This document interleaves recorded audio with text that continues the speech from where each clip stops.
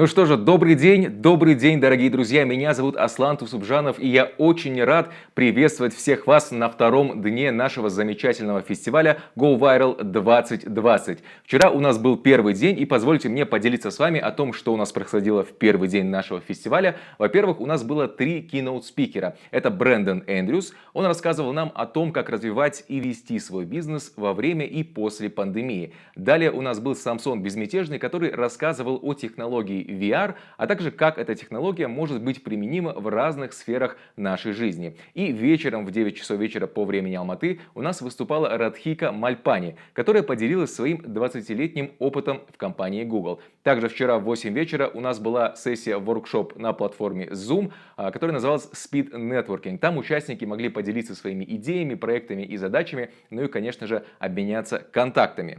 Давайте расскажу вам о том, что будет происходить у нас сегодня. Во-первых, утром, как всегда, вам на почту пришло письмо с ссылкой на эту трансляцию, а также ссылкой на документальный фильм Фрэнка Поппера, который называется Gentleman of Vision. Вы сможете посмотреть этот фильм в течение 2 дней. Сейчас, буквально через несколько минут, в 16:30, у нас будет презентация от Владимира Вулича. Он расскажет нам, как создавать превосходный клиентский опыт. В 7 часов вечера по времени Алматы на платформе Zoom у нас будет воркшоп вместе с Айданой Амурбаевой на тему «Введение в DevOps Engineering». Очень важно вам напомнить, дорогие участники, что этот воркшоп будет на ограниченное количество участников, только 40 человек. Так что не теряйте своего времени в 7 часов вечера. Если вам интересна эта тема и вы хотите в ней поучаствовать, хотите побеседовать с другими участниками на эту тему, то присоединяйтесь в эту комнату на платформе Zoom, ведь как только наберется 40 человек, то комната закроется. Не теряйте вашего времени. В это же время в 7 часов вечера в 19:00 по времени Алматы у нас выступит Маркус Джей Бюллер на тему MIT, если бы вирус мог петь. Не забывайте, что те, кто не сможет посмотреть наши трансляции в прямом эфире, вы не переживайте, все наши трансляции останутся в записи на нашем YouTube-канале прямо здесь. Также во время выступления наших спикеров, дорогие друзья, если у вас появятся интересные вопросы для наших спикеров, вы всегда можете их задать в чате под трансляцией. Самые интересные и самые актуальные вопросы в конце презентации я задам нашему презентующему спикеру во время сессии вопросов и ответов. Мы также есть и в мессенджере Telegram. У нас есть 2 канала. Первый канал — это Go Viral KZ, где вы сможете прочитать всю актуальную информацию в режиме реального времени о фестивале Go Viral 2020. И есть второй канал Go Viral Chat, где вы сможете напрямую уже задать вопросы нашим организаторам, любые вопросы, связанные с нашим фестивалем, так что не беспокойтесь. Ну что же, дорогие друзья, у нас сегодня очень насыщенная, интересная программа. Не забываем, что у нас сегодня 2 спикера. У нас есть воркшоп в 7 часов вечера, к которому обязательно нужно присоединиться. Первый спикер будет рассказывать всем о том, как создать превосходный клиентский опыт. Это Владимир Вулич. А Маркус Джей Бюллер вечером расскажет о своем опыте в работе в университете MIT и расскажет, в принципе, о том, чем он занимается. Ведь он является специалистом по материаловедению и композитору по экспериментальной, классической и электронной музыке. Он интересуется обработкой звука. Я уверен, что вы точно не захотите пропустить эту нашу лекцию. Вот такой у нас распорядок на сегодняшний день. Опять же напомню, друзья, что те люди, которые пропустили первый день по той или иной причине, не смогли в прямом эфире посмотреть наши трансляции вчера, вы можете это сделать в любое удобное для вас время сейчас на нашем канале YouTube. Полная трансляция есть там вместе с лекциями, вместе с сессиями вопросов и ответов.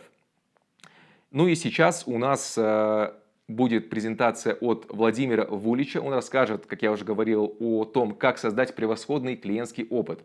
Владимир является экспертом в области стратегии цифровой трансформации. Он работал очень много лет с крупными и малыми организациями и помогал им решать проблемы в наш цифровой век. Он работал с организациями из абсолютно разных сфер. Это правительство, телекоммуникация, фармацевтика, организации, которые занимаются розничной торговлей продуктов питания, а также напитков. Среди его клиентов это программа развития Организации Объединенных Наций, инноваций – это правительство Черногории, а также лаборатория социальных инноваций Загреба и много-много других. Владимир имеет 12-летний опыт преподавания в университете Черногории стратегического менеджмента. Помимо всего прочего, он является основным докладчиком в 20 странах на 4 континентах, от Перу до Тайваня. Представьте, как нам сегодня вместе всем повезло.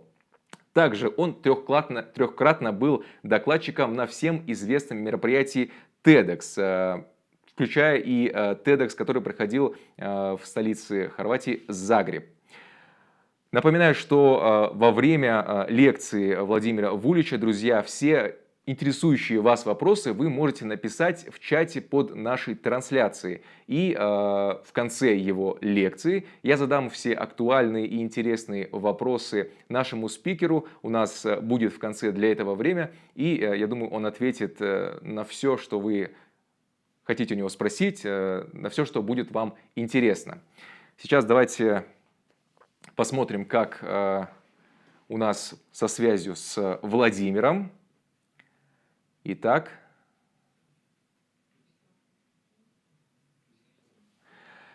дорогие друзья, Владимир Вулич.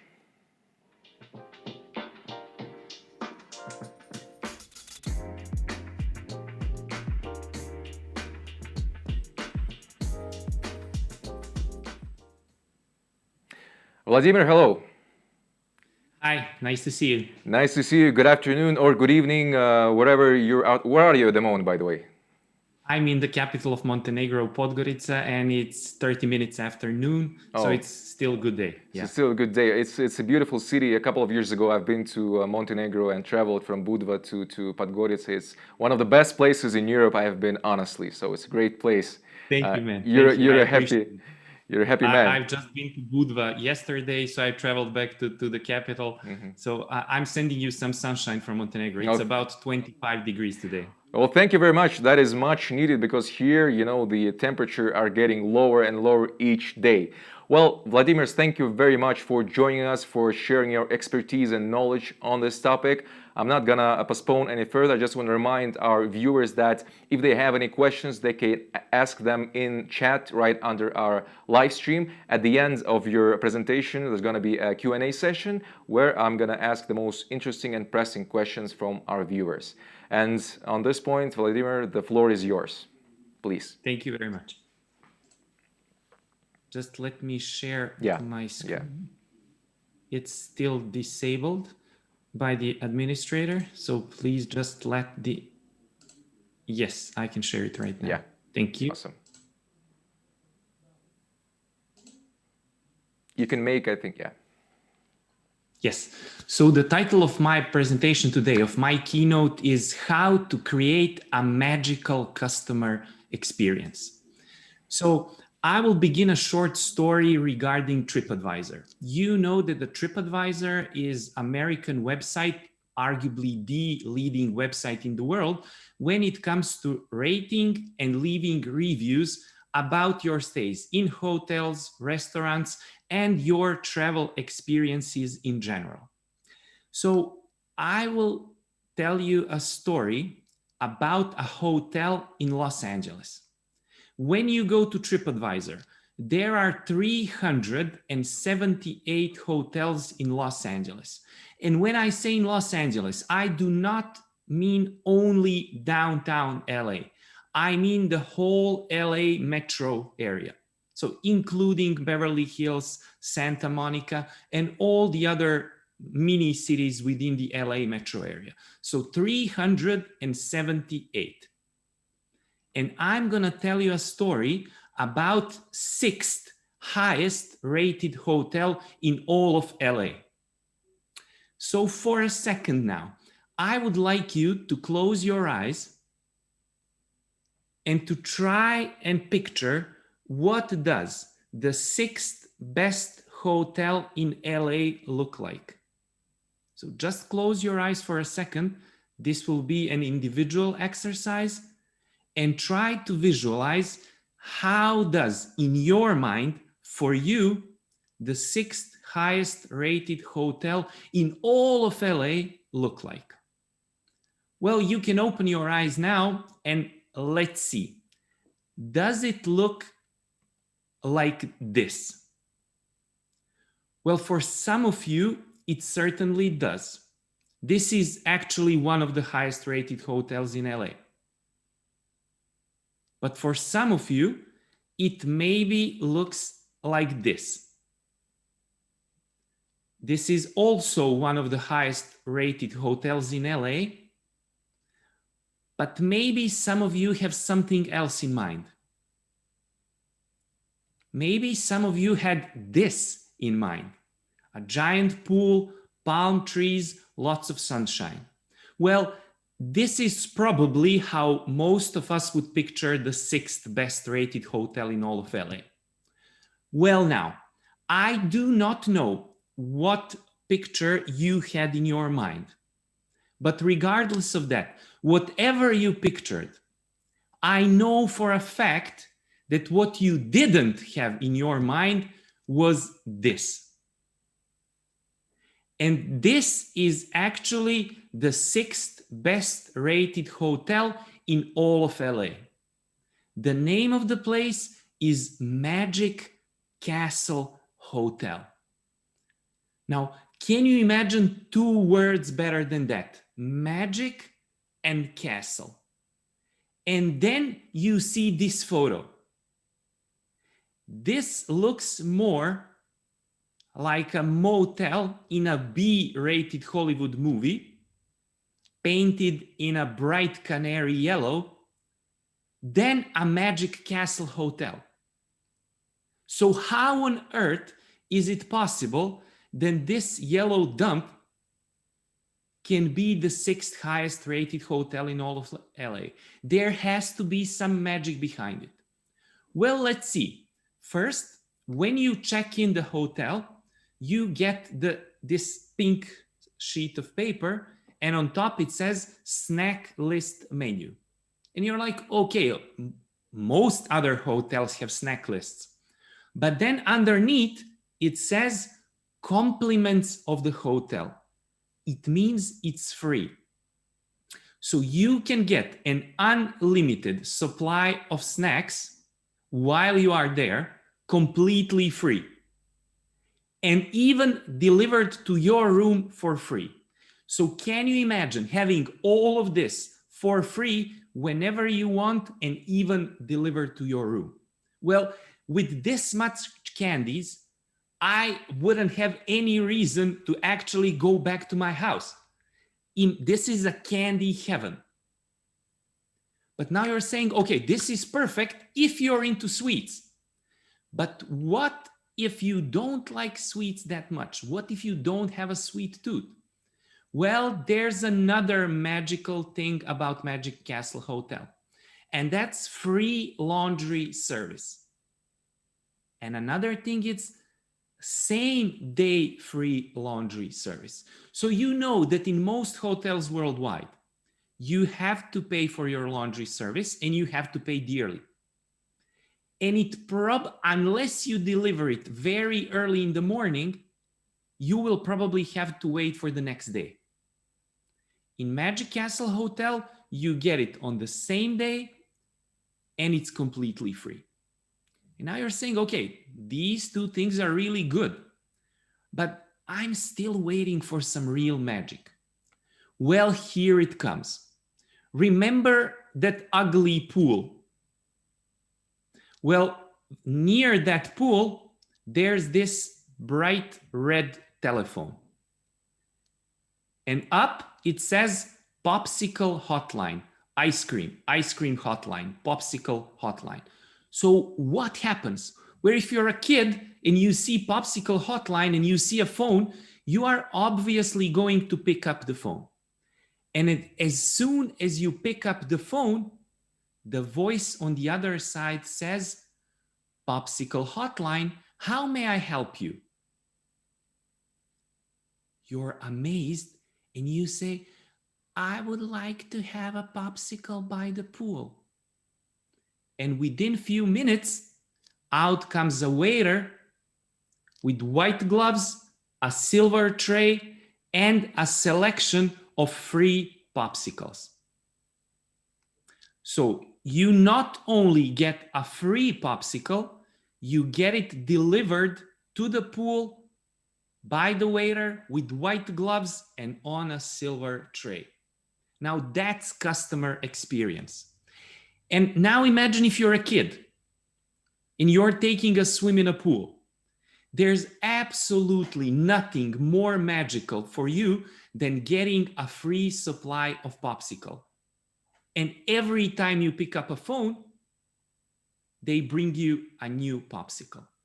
And now imagine you're a father or a mother and you brought your family to this place. It's obvious that your kid is going to have a blast, and yet you will be extremely happy because of your kids having a magical moment in this place. So now it all makes sense. Now we understand why this place is actually called Magic Castle. They have figured out their target audience, their niche, in a best possible way. And no, they are not trying to actually be the best hotel in LA. They're not even competing on that.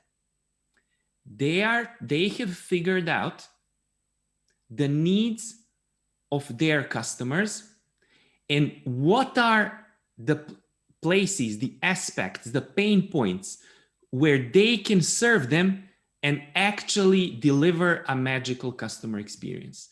And these three things I have just described are actually that. And as a result, this place is the 6th highest rated hotel in all of LA. So now I'm going to tell you another story about a guy who they used to call the Ice King. The real name is Frederick Tudor, and he lived in the late 18th century and the first half of the 19th century. He was the founder and the owner of Tudor Ice Company, and he actually invented ice trade. He was one of the first self-made millionaires in the US. At the time, ice trade was the 2nd largest commodity market in the world. Only cotton was bigger than ice. So how did he make his fortunes? Well, he was basically harvesting ice from the surfaces of ponds, of lakes in New England, the area around Boston, Massachusetts. So there's a lot of fresh water there, a lot of lakes, a lot of ponds, and during the late autumn and winter, the temperatures go well down. So during freezing temperatures, the surfaces of ponds freeze and the ice is completely free. So what is Tudor Ice Company doing? Well, they were harvesting ice from the ponds and then selling them to households. But then they figured out something else. What places in the US could actually have the need for so much ice?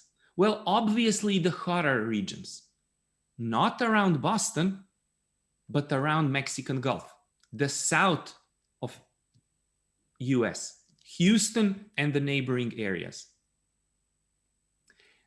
Those were the areas where the cotton trade was very big. So there were boats shipping cotton from the south of US to Boston and surrounding areas. And when the ships were returning, they weren't carrying any commodity. Why? Because there was nothing to export from Boston to the south of US. So the ships, in order to have ballast, had to put huge amounts of rocks in ships. So what did Tudor say? He said, okay, I want to export, I want to trade this ice and ship it to the south of US. What can you do for me?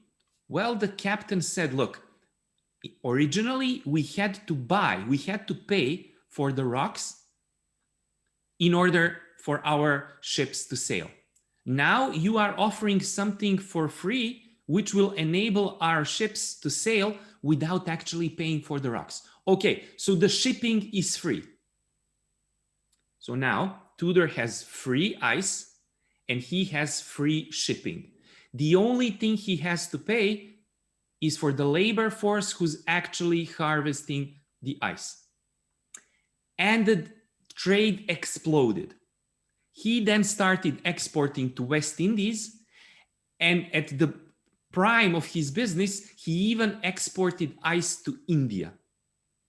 So he would put a huge brick of ice, 180 tons of ice, put it in a ship and send it to India. Roughly 50% of ice would melt and 50%, around 100 tons, would still be there. Since the ice was free and since the shipping was free, the margins on this trade were huge. So Tudor was making a lot of money. As I've said, one of the first self-made millionaires in America. So what in the world happened to Tudor Ice Company? Why didn't we actually learn about Tudor Ice Company in schools? I've never heard about Tudor Ice Company in schools. What actually happened? Well, it's easy. The obvious answer is widespread use of refrigerators happened. In 1913, refrigerators was invented, and in 1927, widespread use of refrigerators happened, which actually meant the end of the ice trade industry. But that's only the obvious answer. Is there something more specific that happened? Well, yes. What happened is that Tudor Ice Company actually confused their product with their customer needs. Now you're telling me what? There's a difference between the product and the customer needs? Well, yes, and the difference is huge, as you will see very soon. The product here is ice. You need ice for your cocktails. So the product is ice. But the customer need is not ice. The customer need is, I want my cocktails chilled and I want them to look good. So let me repeat. I want my cocktails chilled. If the people in the south of US needed their food to be chilled, to be kept cold, that's the customer need. The product in the beginning was only ice. However, at the time the refrigerator was invented, the product was refrigerator. So it's one thing to identify the customer need and a completely other thing to figure out what product will you actually use to satisfy that customer need. Tudor meant that ice was the customer need. In fact, ice was only the product the customer used to satisfy their needs. As soon as there were refrigerator, the need for Tudor's product was long gone. So now let's go to nowadays and see what's the difference between a product and the customer need. There's a famous story of a company called Stanley Works that produces drills. And they were in big trouble several decades ago. So they were hiring a lot of different management consultants and asking them to help, to figure out what's wrong with them. They were doing all kinds of research, but they actually couldn't help them. Until one of the consultants actually talked to the customer. And he asked them, why are you buying Stanley Works drills? And the answer was, because I needed a hole. So I don't need your product. I have a need, and my need is a hole. So I'm only using your product in order to satisfy my need and to drill the hole. So the consultant went back to the CEO and the board, and he said, the people, your customers, they do not want to buy a 1/4-inch drill. They actually want a 1/4-inch hole. So you need to focus on their needs and then satisfying their needs. Once the Stanley Works managers figured this out, the company skyrocketed. So now let's see the story about Rolex. The CEO of Rolex was at Wimbledon, and he met the Wimbledon is one of the only tournaments, one of the only places Rolex actually sponsors. So he was having a drink, a champagne and strawberries with whipped cream at Wimbledon with one of his friends. And then another of his friends passed by, saw the CEO of Rolex, and he said, "Oh, I haven't seen you in a long time. How's the watch business going?" And the Rolex CEO looked at him and he said, very seriously, "I don't have a clue. I don't know. Rolex is not in the watch business. We are in the luxury business." And that's a huge difference. If you are in the watch business, the only customer need is knowing what the right time is, what the exact time is at the moment. But you can satisfy that need with a €1 watch. You can satisfy that need with turning on your TV. You can satisfy that need looking at your cell phone. So there's no real need for you to have a watch in order to know what the exact time is. But if your need is actually to show off your wealth, to show off your social status, to signal to the world, "I'm richer than you," then you are in the luxury business. And then that's what Rolex is actually doing. So satisfying the needs of people within the luxury business. So what are the features of the watch then? It doesn't matter if it's actually going to be late 2 seconds within 1 year. That's not the business of Rolex. The business is, does it look good? Does it look expensive? What material is it made from? Is it easy for people who are looking at my watch to actually realize that it's a Rolex? That's why the crown is so big. Okay, so now you go to CEOs of your companies and ask them, is your company actually offering superior customer experience? So is your company able to provide magical customer experience? And 80%, 80% of CEOs say yes. Yes, of course, our company delivers superior customer experience. Okay, right? But now you go to the customers and ask them the same question. And only 8% of the customers will agree.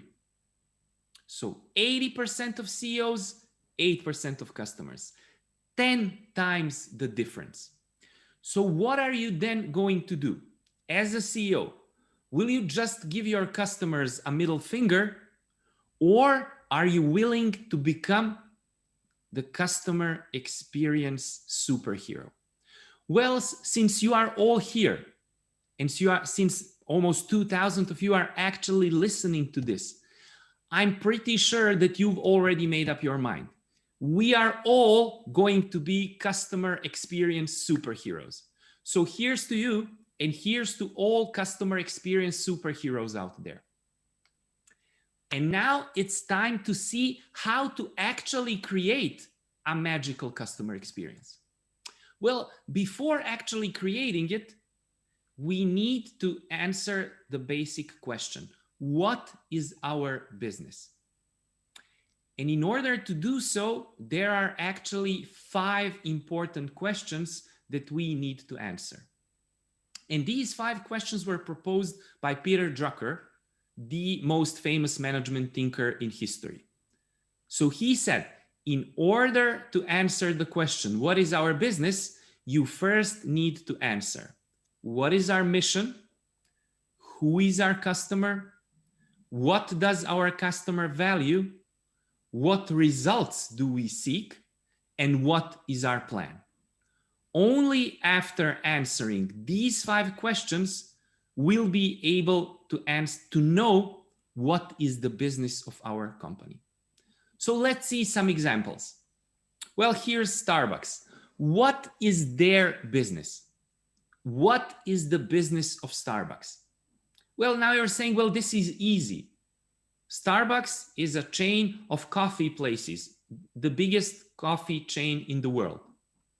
Well, that's the obvious answer, but I need you to think deeper. Try to answer those questions from Peter Drucker and try to actually see what's the customer need and what's the product. So what's the need here? Well, if you ask their managers, they will tell you that Starbucks is not in the coffee business, serving people. Starbucks is in the people business, serving coffee. And that's a huge difference. If you are in the coffee business, then you are focused on creating the best coffee possible. However, if you are in the people business, who you just seem to be serving coffee, you are there to provide the best customer experience for your people, for your clients. And then serving them coffee is just a byproduct. Why? Because maybe your customers like tea, so you can serve them tea. Maybe they would like a cookie, so you can serve them cookie. Maybe they would like a sandwich. Maybe they would like free Wi-Fi. Maybe they would like air conditioner. So their job is actually the people business. And then they will serve you whatever you want. The original name of the company was Starbucks Coffee. But after realizing this, they've just shortened it to Starbucks. You can go to Starbucks and you do not need to order anything. You can sit down, you can enjoy the air conditioner, you can enjoy the free Wi-Fi, you can enjoy the free electricity, you can use your laptop, you can be there all day. And no one will ask you, why haven't you ordered? And could you please leave if you're not going to order? Why? Because they say that they want to create the third place in America. First place is your family. Second place is your office, your work.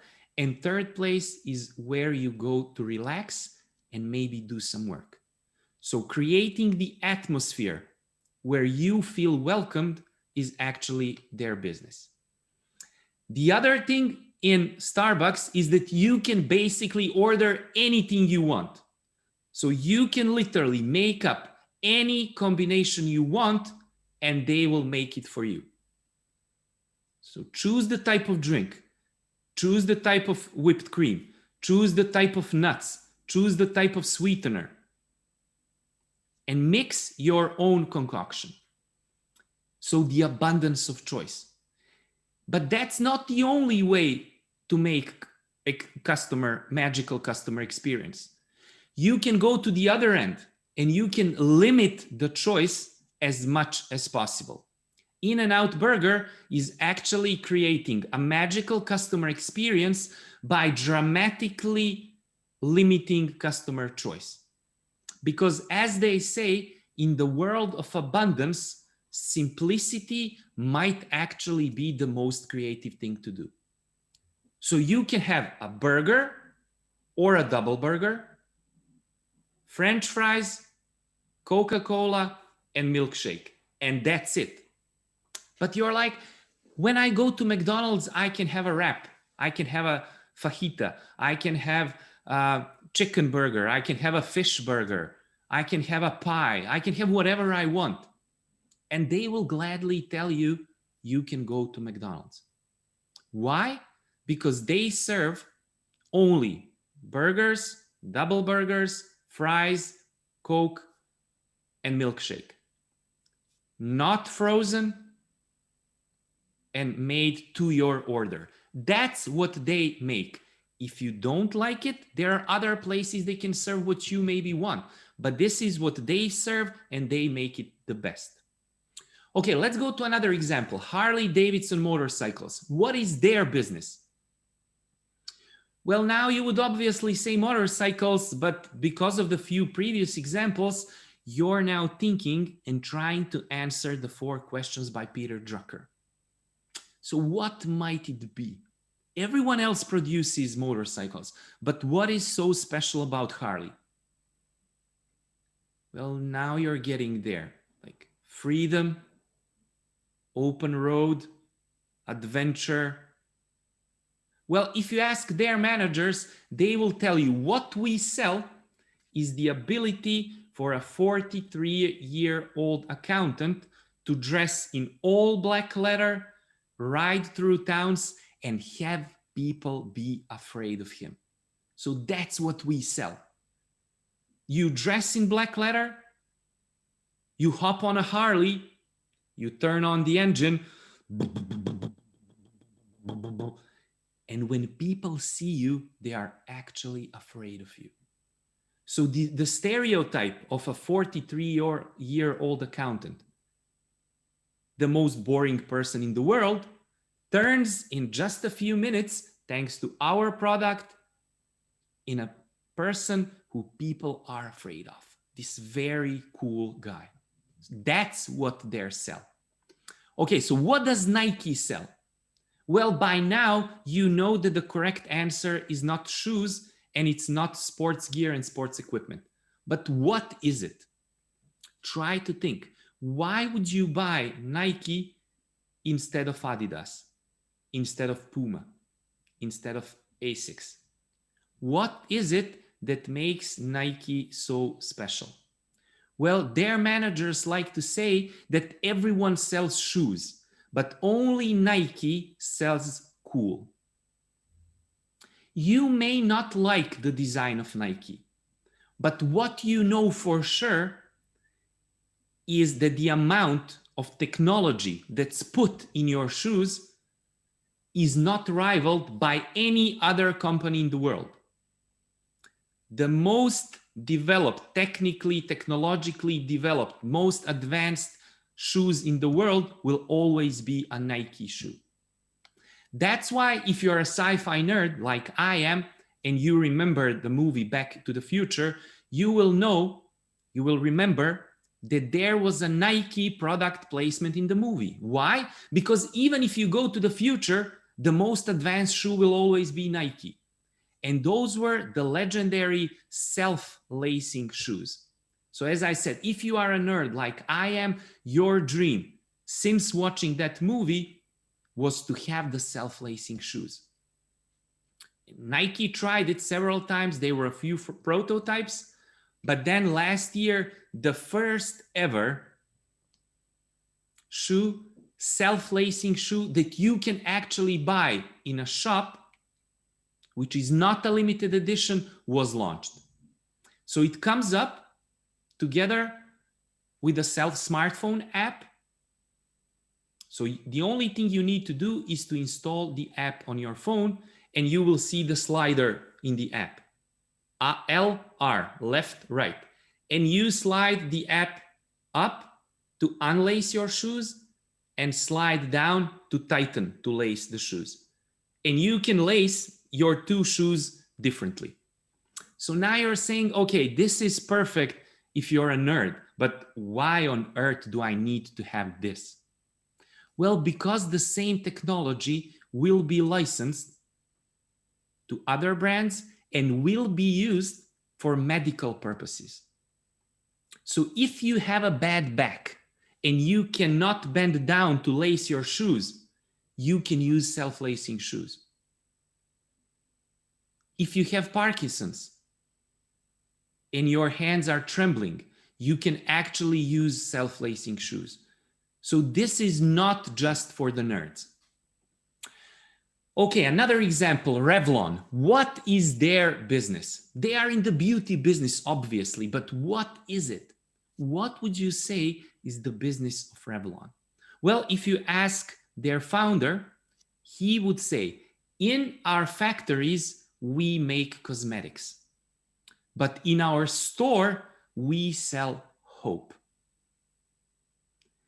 See that he didn't say beauty, because you cannot actually buy beauty. You cannot go to a store and sell, give me 2.3 kilos of beauty.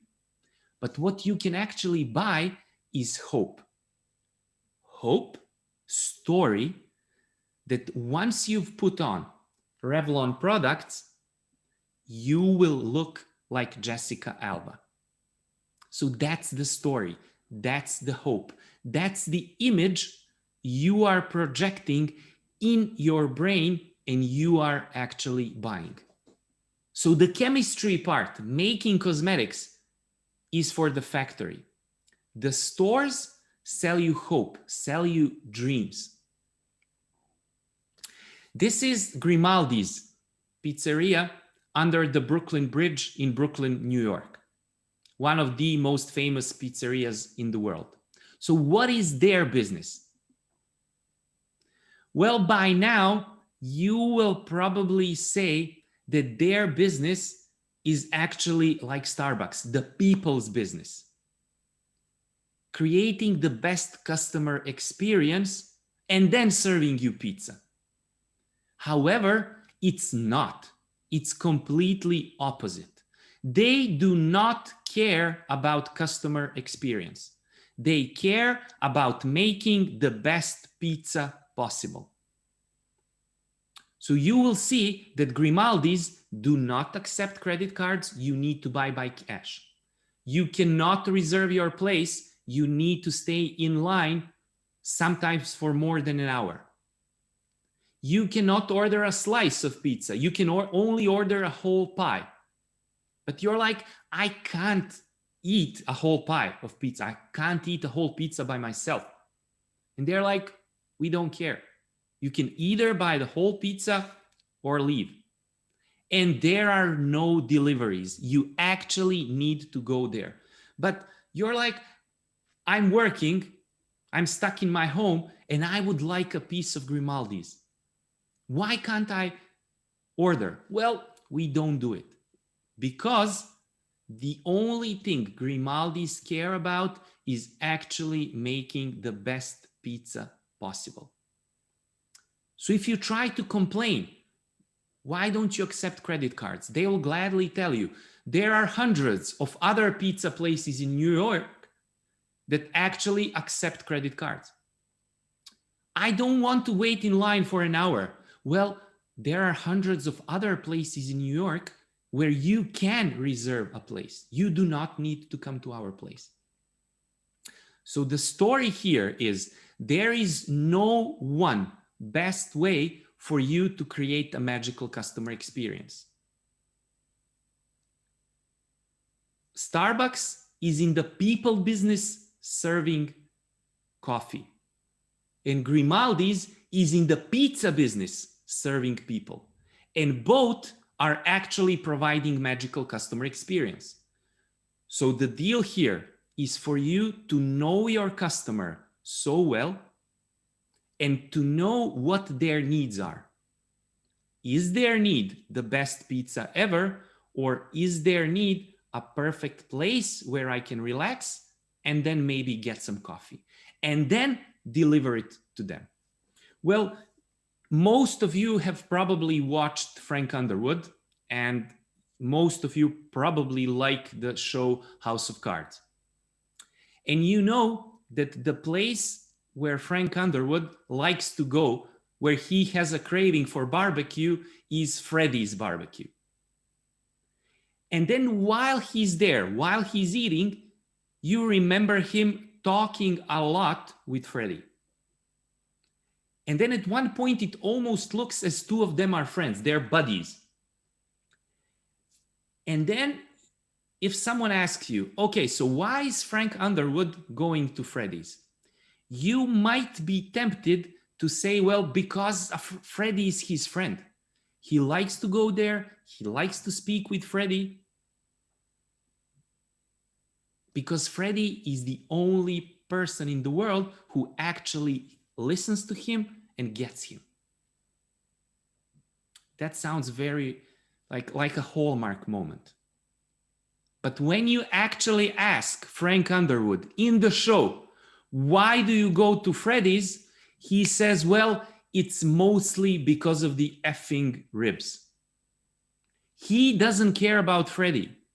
What he cares are ribs. The best ribs he thinks he can get in Washington. He likes the ribs. He doesn't care about the experience. He doesn't care about Freddie. So creating a customer experience is a tricky thing. Sometimes it's about the thing you're serving. Sometimes it's about the experience, but it's always about knowing your customer and knowing what your customer values and then delivering it to him. What is the business of Beats? Beats by Dre. There are thousands of companies who are making headphones. Some of them are cheaper, some of them are more expensive, some of them have poorer sound, some of them have much better sound, some of them are ugly, some of them are better looking than Beats.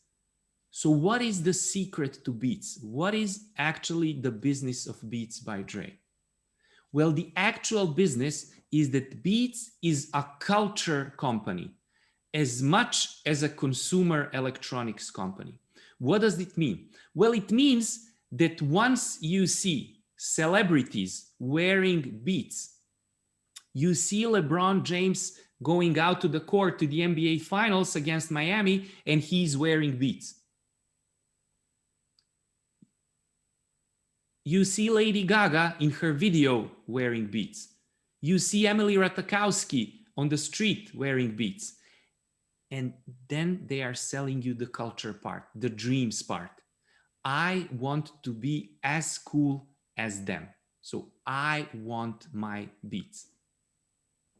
Now take a look at this photo and try to think for a few seconds. What could be the business of these people?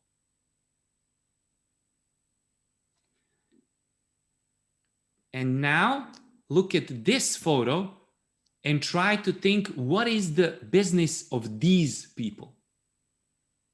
Well, the obvious answer would be they are window cleaners, both in the first photo and in the second photo. However, that's only the easy part. The hard part is actually figuring out the needs. This photo is taken in the kids' hospital in Pittsburgh, Pennsylvania. So yes, these guys are cleaners, but their job is actually not to clean.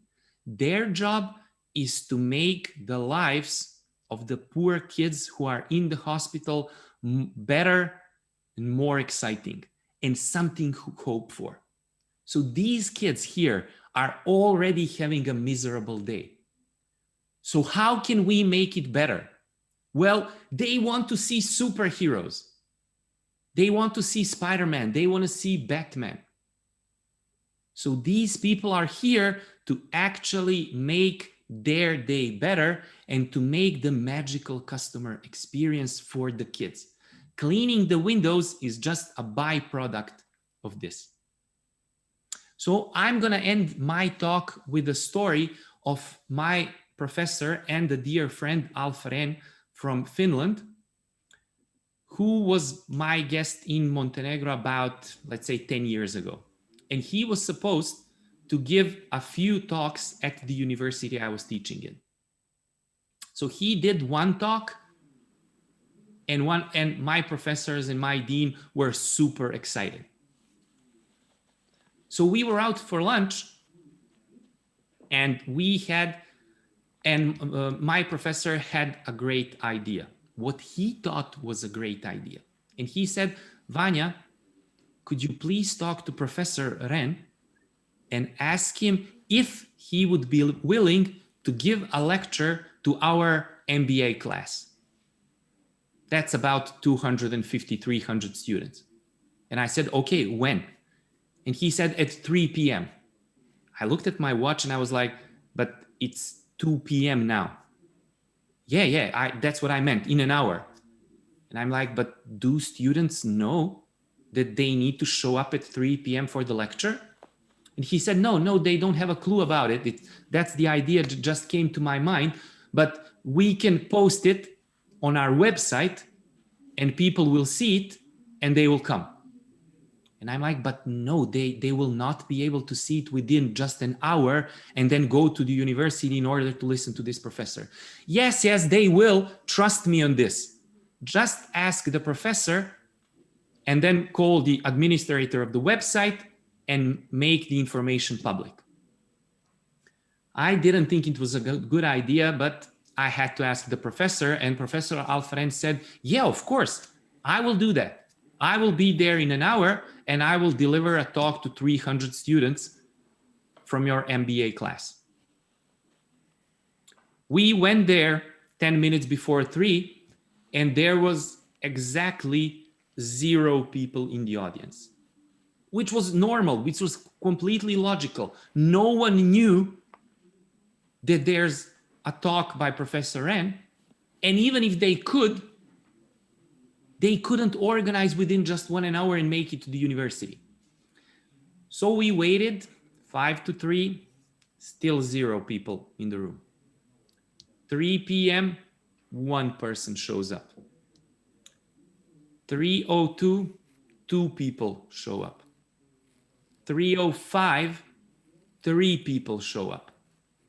I walk to Professor N and I say, okay, Professor, here's the deal. No one showed up. You do not need to do this and we can go out now. And he said, what do you mean no one showed up? Well, I said, look, no one showed up. There was supposed to be 250, 300 people here and no one showed up. And he said, no. 3 people actually showed up. And I said, yeah, but that's 3 people. We were expecting a few hundred. And he said, but 3 of them actually showed up. And they are expecting to see me talk, to see me perform. So I'm going to do this. And I said, but you don't have to. We can go out with the 3 of them to the pub and then we can talk. And he said, no. They wanted a performance in this room and I'm going to give it to them. And he gave one of the best talks I've ever heard. And once he was done, I approached him to say thank you and to congratulate him. And he said, Vanya, remember this one thing. The size of your audience doesn't matter. What matters is that you do your work and you do it the best way possible. And that's the one lesson I've learned and I'm trying to do even nowadays. So my final words to you in this keynote is I'm going to quote Walt Disney, which he said, whatever you do, do it well. Do it so well that when people see you do it, they will want to come back and see you do it again. But not only that, they will want to tell their friends and to bring their friends to show them how well you are doing what you are doing. So if you do your job so well that people want to bring their friends to show them how actually you are doing your job, that means that you're creating a magical customer experience. So here's to you, and here's to creating magical customer experiences. Thank you. And now I'm ready for a Q&A session. Hey, Vladimir, thank you very much for such an interesting presentation. That was truly interesting. We've been on a small roller coaster for a little bit. Vladimir, you're there, right? Yes, I'm right here. Yeah, so I have several questions from our viewers. And the first one is, the person says, now everyone are trying to sell products in social networks. And how do you properly build your strategy so that the clients won't feel that, you know, someone's trying to push a product on him? Because Instagram in Kazakhstan is turning into a flea market at the moment. Yes, I saw some of the stats when it comes to Kazakhstan and when it comes to social media. So I could see that Instagram was really big. Most of what I was saying were, let's say, examples from physical life. So real life delivery when it comes to the experience.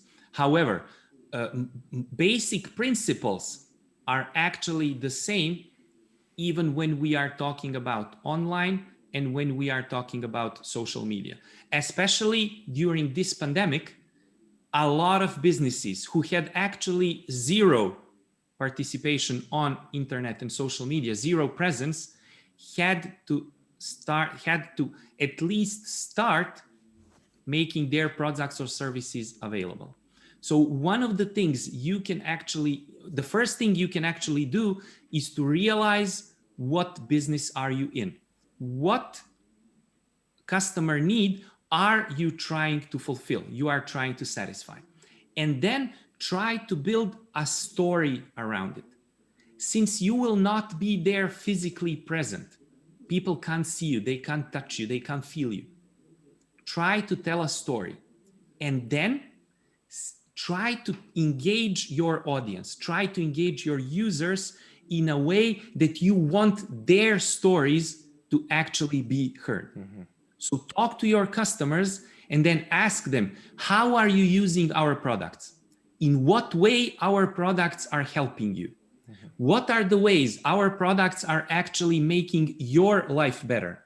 And then feature their stories on your social media channels, because you are not there to help yourself. You are there to help your users. So let other users actually see how the community is evolving. So try to make the community around your product. Okay, thank you very much. Here's another question that's a little bit connected to that. Who are the people that should build these systems? Are they the marketing specialists or some other profession, maybe a new profession? Who are you talking about?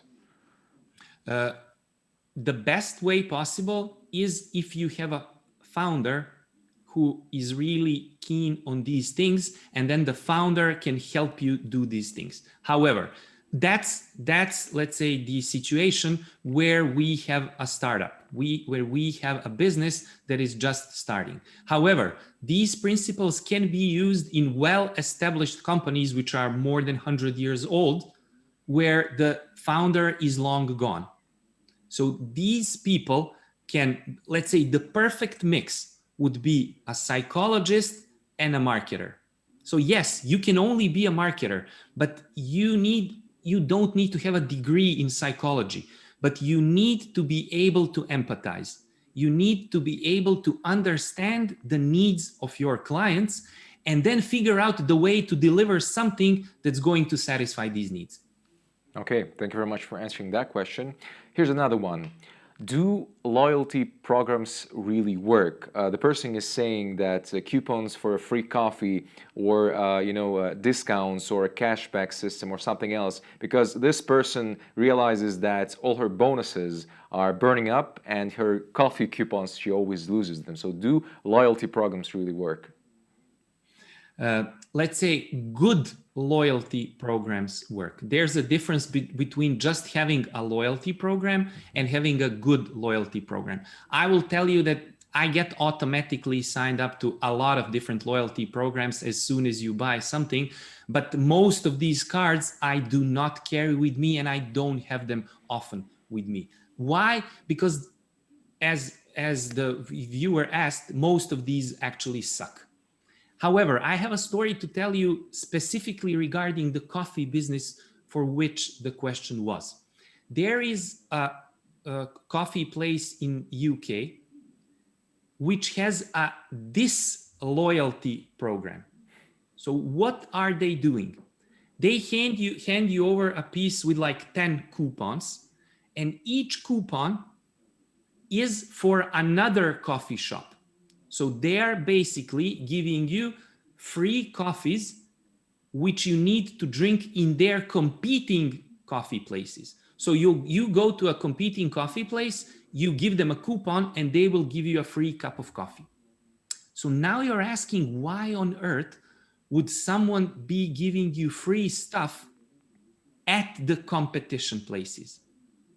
Well, there are two things. The first thing is we are so sure, so positive that our product, our coffee is that good that we are letting you try the competitors for free, and we are certain that you will like our product better, and then you will return to our place and be our user. The other thing is that we want to build the community of quality coffee drinkers. So even if you prefer some of the quality shops, which are our competitors, once you are used to quality coffee, you will no longer go to all these shitty places.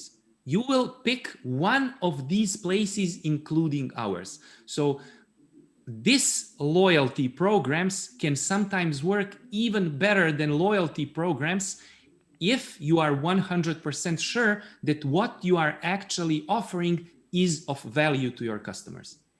So if I understand properly, the best ingredients for creating a really good working loyalty program is first of all that the superiority of your product and creating a really good customer community, a very interesting, cool maybe customer community that will be very interesting to be a part of. Is that it? Is that what I get? Exactly. That's it. And then using the people in your community to actually tell the stories.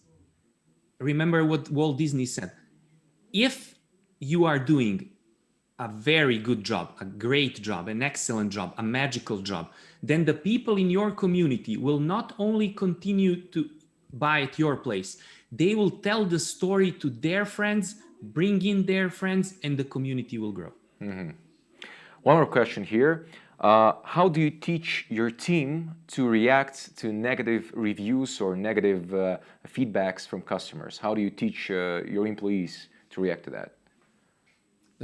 That's a very good question, because everyone loves fantastic reviews and fantastic grades. So when you go, for example, we mentioned TripAdvisor. So you go to your TripAdvisor page and there are glowing ratings and fabulous reviews, and everyone in the team is happy. And then in comes a bad one and we are all down, we're drowning. The secret here is to realize that you cannot be all things to all people. That's very important. We are not out there to please every single customer in the world. So the first thing is to actually see what is the complaint about. If the complaint is about the product or the experience we have delivered in the best way possible, but our customer doesn't like it that way, that's perfectly fine. You need to be polite, say, thank you for trying us, thank you for reviewing us, thank you for rating us. We are sorry your experience with our product or service is not stellar. However, we would recommend you use, and then recommend some of your competitors, because that's probably what he or she needs. Second thing is, if the review mentions something you did wrong. So the quality of the product was not good and it was supposed to be good. So that's actually, getting that kind of review is actually the best thing that can happen both to your team and your organization. Because that means that the people who left that review actually do care about your business. So they actually want to help you, to let you know, and to help you make your business better. So that's a learning point for all of us. And the important thing for you to communicate to your team that these type of reviews are actually learning points for you. Well, thank you for answering that question. We have one more question here. The question is this. should the small size companies think about this kind of stuff, or it's just the giants of the industry or the big players in the market? Should the smallest companies, just one floor or one room little companies, think about that? This is exactly the stuff that the small players should be thinking of. It's usually rather normal for a small, let's say, bakery to know their customers, sometimes even by name, and to know their needs. It's very hard for the big guys to behave in a way. So if you have one bakery, it's easy. If you have two bakeries, it's still okay. If you have 10 bakeries, if you have 100 or 1,000 bakeries, and then in each one of those, you want to provide personalized service and a magical customer experience, that's very hard. So that's why most of my talk was actually geared toward bigger companies. Why? Because the small guys actually do get it. If you go to a small coffee shop in your neighborhood, so 2 buildings away from the place you live, the guy most probably knows your name. And the guy most probably knows what kind of coffee are you actually having. So when you enter the place, he calls you by your name. Hi, Vladimir, nice to see you. Is it the usual for you? And he will never ever say what the usual is because he knows it and you know it. I mean, I've been going to the same hairdresser for almost 3 decades now. And never ever in my life did I have to actually tell him what kind of haircut do I need. Well, that's the best Because experience. he Yeah. knows. Yeah, that is the best experience. So what your viewer asked, it's exactly the small businesses, the micro businesses that should be using this to the best way possible. Great, great. Thank you very much for answering all those questions. Well, that's it for questions. Just another remark. All of our viewers are commenting that the presentation was very interesting and examples you have given are very interesting. They also were very, happy to find out that you're a nerd in a way. They were, very interesting to see your background, to see little, secrets for people who are interested in that kind of stuff. And anyways, yeah, exactly. Master Yoda is saying, may the force be with you. Exactly, yes, it will be. Vladimir, thank you very much for connecting to us in this beautiful afternoon from a beautiful country of Montenegro. It was a pleasure to talk to you, to hear you present. Thank you for joining us for this festival. I hope that the time was great to you too. Thank you very much. This has been a fantastic experience. Thank you for being a great host and a great MC. I'm really glad you've been to my country and you like the country. And I really hope that a lot of your viewers will actually come to Montenegro once the pandemic is over. And I really look forward to the next edition of Go Viral and then visiting Almaty in person. So this hour flew by literally in a few minutes. So thank you a lot. That's honey to my ears. Thank you very much. It was a pleasure to see you, to talk to you. Have the best day. Thank you. Bye-bye. Ну что ж, дорогие друзья, это был Владимир Вулич. Он рассказал нам о самых лучших примерах, о том, как создать самый лучший клиентский опыт. Давайте сейчас немного расскажу вам о дальнейшей программе сегодняшнего дня, но перед этим не забывайте о каналах Go Viral в Телеграме. У нас там есть канал Go Viral KZ, где вы можете прочитать всю актуальную информацию о нашем фестивале в режиме настоящего времени. Также есть канал Go Viral Chat, где вы можете задать вопросы напрямую нашим организаторам о всем, что касается нашего фестиваля. Конечно же, мы еще раз хотели бы выразить огромную благодарность дипломатической миссии США в Казахстане, а также акимату города Алматы за помощь в организации этого фестиваля. Конечно же, большое спасибо и партнерам нашего фестиваля. Это SmartPoint, Eurasia Foundation, American Film Showcase, American Music Abroad, Drama KZ, Театр Место Д, Театр Ильхом и Театр Артишок. Ну и наши медиа-партнеры. Это Blue Screen Казахстан, We Project Media, Окно, The Village, Бизнес и власть, а также 18 Plus Idea. Друзья, у нас сейчас будет небольшой перерыв, но не забывайте, что в 7 часов вечера у нас на платформе Zoom будет очень интересный воркшоп, который будет вести Айдана Амурбаева. Воркшоп будет называться «Введение в DevOps Engineering». Помните, что количество участников на этом воркшопе у нас ограничено, всего 40 человек смогут принять в нем участие, поэтому не теряйте времени, если вам интересна эта тема, и заходите в рум на платформе Zoom этого воркшопа, потому что как только 40 человек наберется, воркшоп начнется, и эта комната закроется. Также в это же время, в 7 часов по времени Алматы, у нас будет еще один keynote-спикер по имени Маркус Джей Бюллер. Его темой будет MIT, если бы вирус мог петь. Он вообще очень интересный человек, он ученый, профессор инженерии Макафи в Массачусетском технологическом университете, том самом знаменитом. Он является специалистом по материаловедению и композитором экспериментальной, классической, а также электронной музыки. У него есть очень много интересного, чем он хотел бы с нами сегодня поделиться. Поэтому я уверен, что никто из вас, кому интересна эта тема, ну даже и те люди, которые в этой теме не разбираются, не захочет точно пропустить эту презентацию. Ну что ж, друзья, у нас небольшой перерыв. До следующей встречи.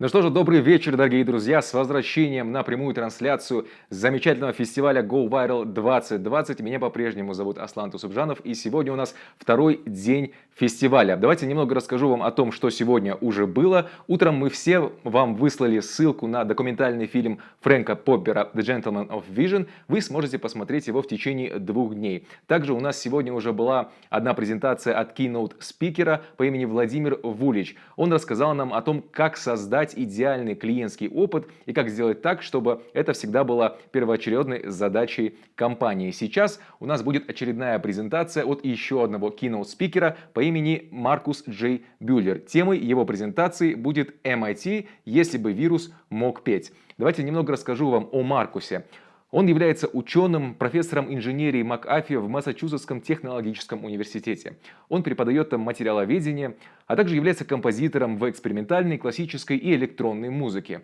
Недавно он в одной из своих работ разработал новую структуру для создания музыки на основе белков. Это один из основополагающих элементов всего живого на Земле. А также его целью является использование музыкального и визуального дизайна при помощи искусственного интеллекта. Друзья, думаю, будет очень и очень интересно. Итак, Маркус Бюллер.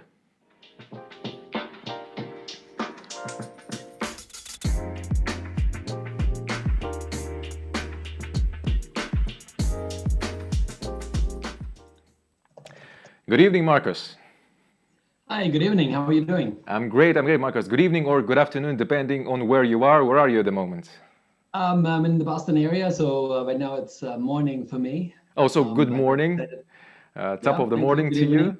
Yes, I hope the weather at the place you are is great, and I hope that the morning will set the mood for the rest of the day. I'm sure it will be great.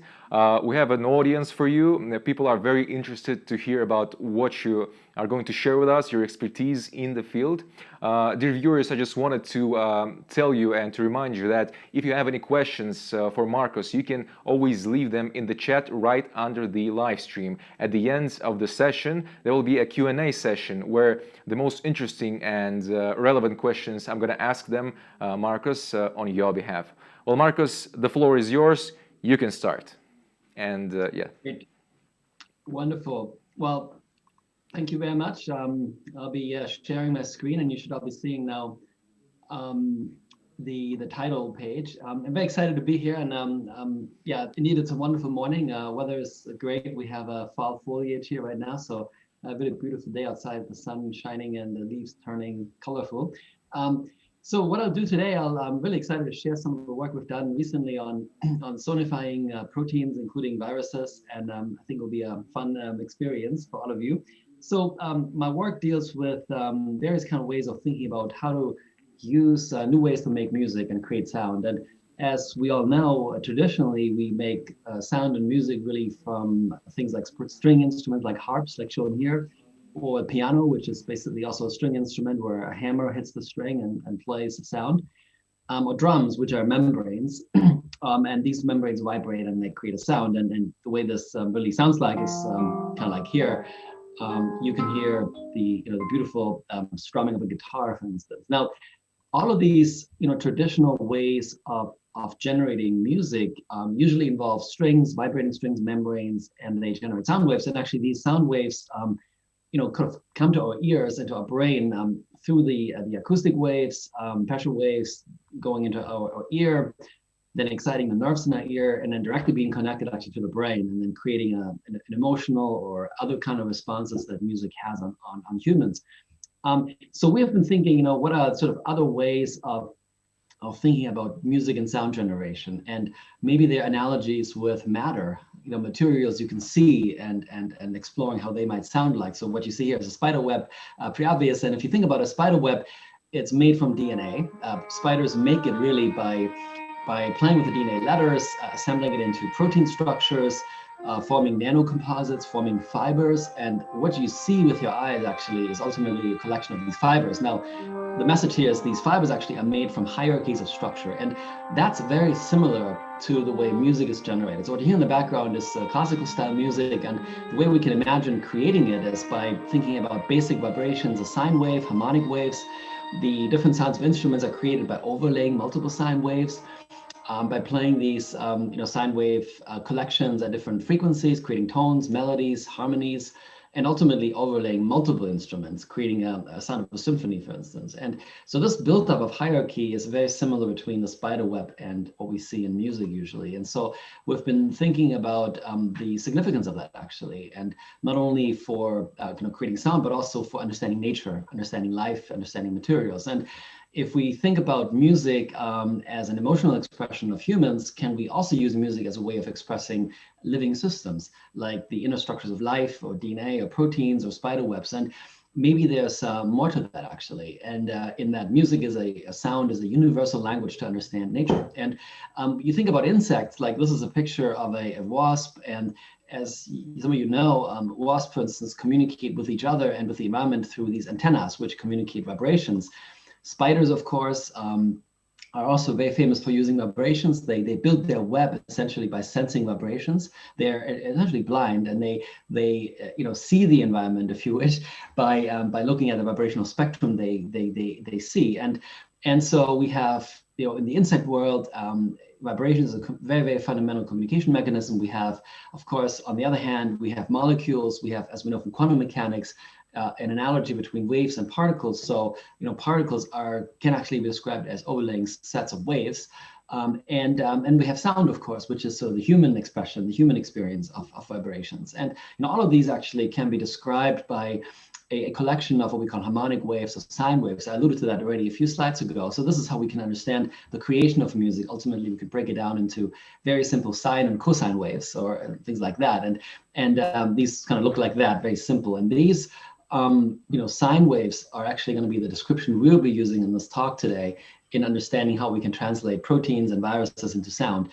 So, and the reason why we do this is we like to obviously understand nature. I'm a material scientist, and I'm trying to understand biological systems and how they work and how they build materials. But we also are engineers, and we're trying to make new materials. We're trying to create new materials. And the way we want to create materials is by using sound. And what we're going to talk about in the talk today is to take a material, transform it into sound, and then play with the sound to change the way the material looks like. So imagine taking a piece of rock or taking a spider web, translating into sound, and then manipulating the sound, creating new sounds, composing new melodies, and then seeing what that new sound actually would be like if it were to be translated back into a rock or a spider web or a virus. And this has a real physical foundation. If you think about the molecular structures, this is what you would find if you open a textbook, chemistry textbook. You're going to find pictures like this, molecules. And I want to say that these pictures are actually misleading or even wrong, because real molecules are continuously moving. So molecules at the quantum level, and we already talked about that a few slides ago, they aren't static. They're continuously moving. They actually are waves floating in space and time. And these waves are very similar, of course, to what we have in a string, right? So what you see here is a violin string vibrating in slow motion, and this is really what creates the sound of a string. So again, we can think about the sound of molecules in a very similar way. We can think about breaking down all the motions of these molecules into their fundamental harmonic waves, which is done using a mathematical method called Fourier analysis, or the other way around, we can do called synthesis. We can create the sound by computing these vibrations. And then we can actually generate any kind of sound, any complex sound from these many, many hundreds or thousands of different individual waves. And that's the method we use to think about how proteins and spider webs and viruses might sound like. So you think about a spider web and a cell, human cell, and a virus. This is actually a picture of the coronavirus pathogen. They're all made from what we call proteins. And proteins are really the elementary building blocks of life. They're encoded by DNA. And the DNA sort of tells the organism how to build life, and the way life is actually built in terms of real materials. That's what's called a protein. And we all know we need to eat proteins because our body needs the protein building blocks to build itself and to grow and to be healthy. So what we've done is we've began to explore how all known proteins would sound like. And the way we did this is we used a data bank called the Protein Data Bank, which is a collection of all known protein structures known to date. And you can see there's an exponential growth of structures we know. So we have a lot of data there. What we've done is we've computed these molecular motions of these proteins using a method called molecular dynamics. And that's sort of the technical term for describing, we solve the equations, the physical equations, the chemical equations to predict how atoms move and how they vibrate. And we've done this for all known proteins with an algorithm, which then led us to have an opportunity to really observe all these individual modes or vibrational modes which make up the complex sound of each protein. And it turns out that each protein actually has a unique fingerprint of sound. So if you listen to a protein, is unique. So you can actually determine by listening to the sound that the protein makes, what protein it was that generated the sound. So there's a very powerful way of actually going forth and back between sound in protein into sound and then sound into protein, because it's reversible. It's like a fingerprint. We can go both ways. Now, the way we make these proteins audible is using a method called transpositional equivalence. And so I'm gonna have a little experiment. In the background, I'm playing a little melody, and I'm playing it very high pitch in the beginning.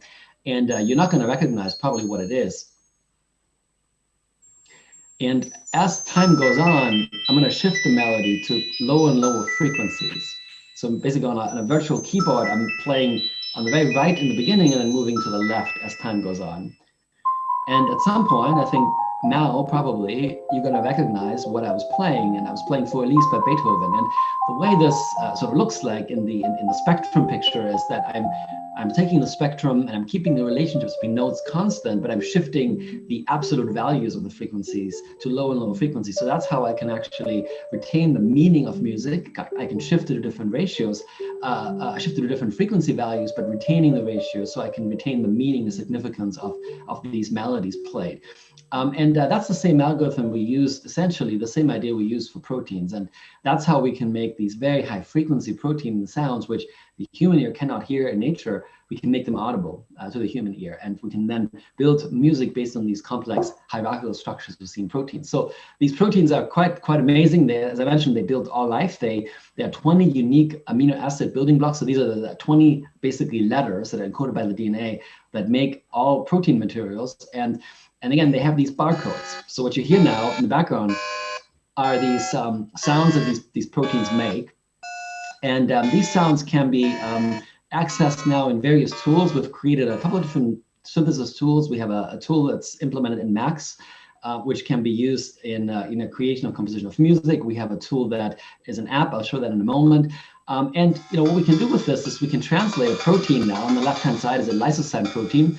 We can translate that into sound and then into an equivalent musical score, which you can see on the right-hand side.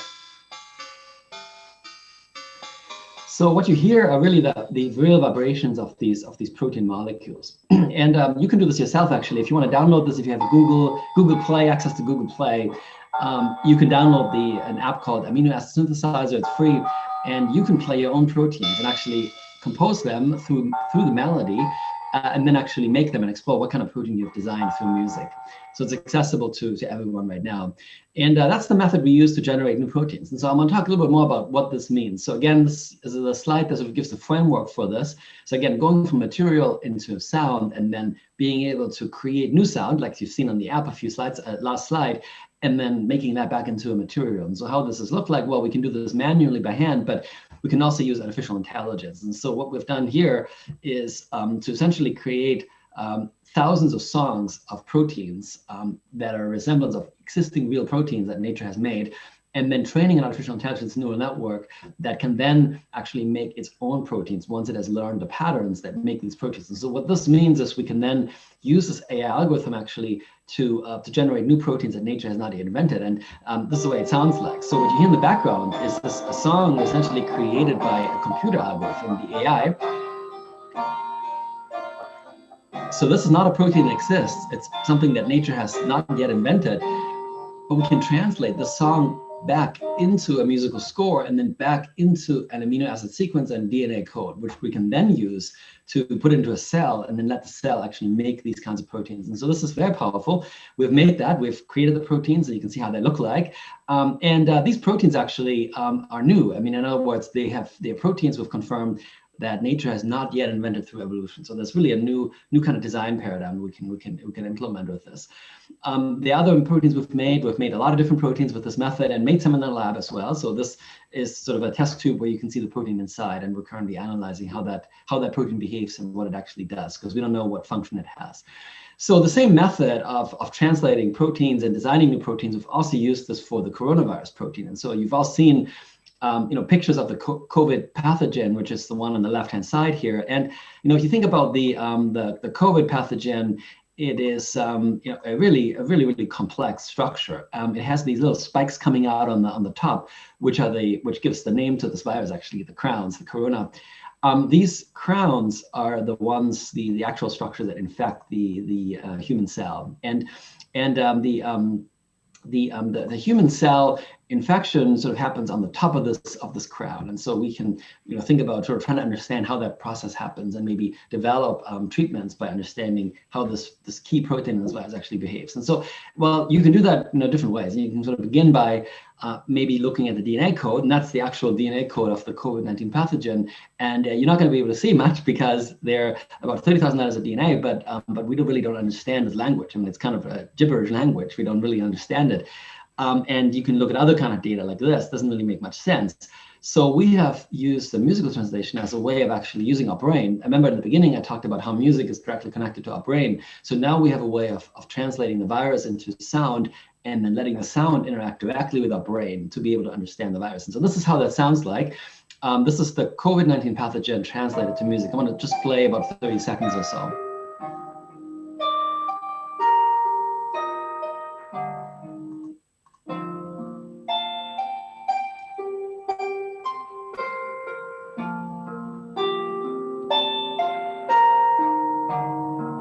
So one thing you hear is that the sound actually sounds quite beautiful, and that's because the structure of this protein, which you can see on the slide here, is quite amazing. There's a lot of loops and organization. There's a lot of repeat and variation, and these are some of the concepts we commonly use in music as well. And so you can see that the beauty actually is not a reflection necessarily of the fact that the virus is very deadly, but it's a reflection of the really intricate design of this virus, which you can see on this picture here. We've done this for a couple other scenarios actually. One of them is now we've looked at the moment of the infection process. So this is a protein structure which you see on this slide. That is the moment when the virus actually interacts with the human cell, and that happens to the so-called ACE2 receptor. You might have heard about that in the news, and that receptor is in the human cell, and the virus attaches to that and then begins to infect the cell. And this piano composition really reflects that moment. So it's a reflection of the kind of vibrations and patterns that happen during the infection process. The next step is, of course, now again using AI, and what you hear in the background is actually we've used many different species of coronavirus. There are many different kinds of coronaviruses, of course, in the world, and not just the COVID-19 pathogen. There are many others like SARS and MERS and others, and we let them jam together. And so this is sort of a virtual jam session now of many different viruses. And you can see musically and creatively, we can create some really exciting things. And in addition to designing new proteins, we have a new palette, new canvas for sound generation. So in general, the connection between sound and matter, of course, run very deep. We can have really striking similarities between matter and sound. We already talked about the hierarchies. You remember that picture. And these the way we think about music is really a collection of hierarchical structures, from the individual sine wave all the way to the multi-instrumentation of an orchestra or a band or whatever music you're interested in listening to. Very similar to the kinds of stuff we see in materials, where again in a virus or in a spider web, we have these hierarchies of structures. And so that you can think about now.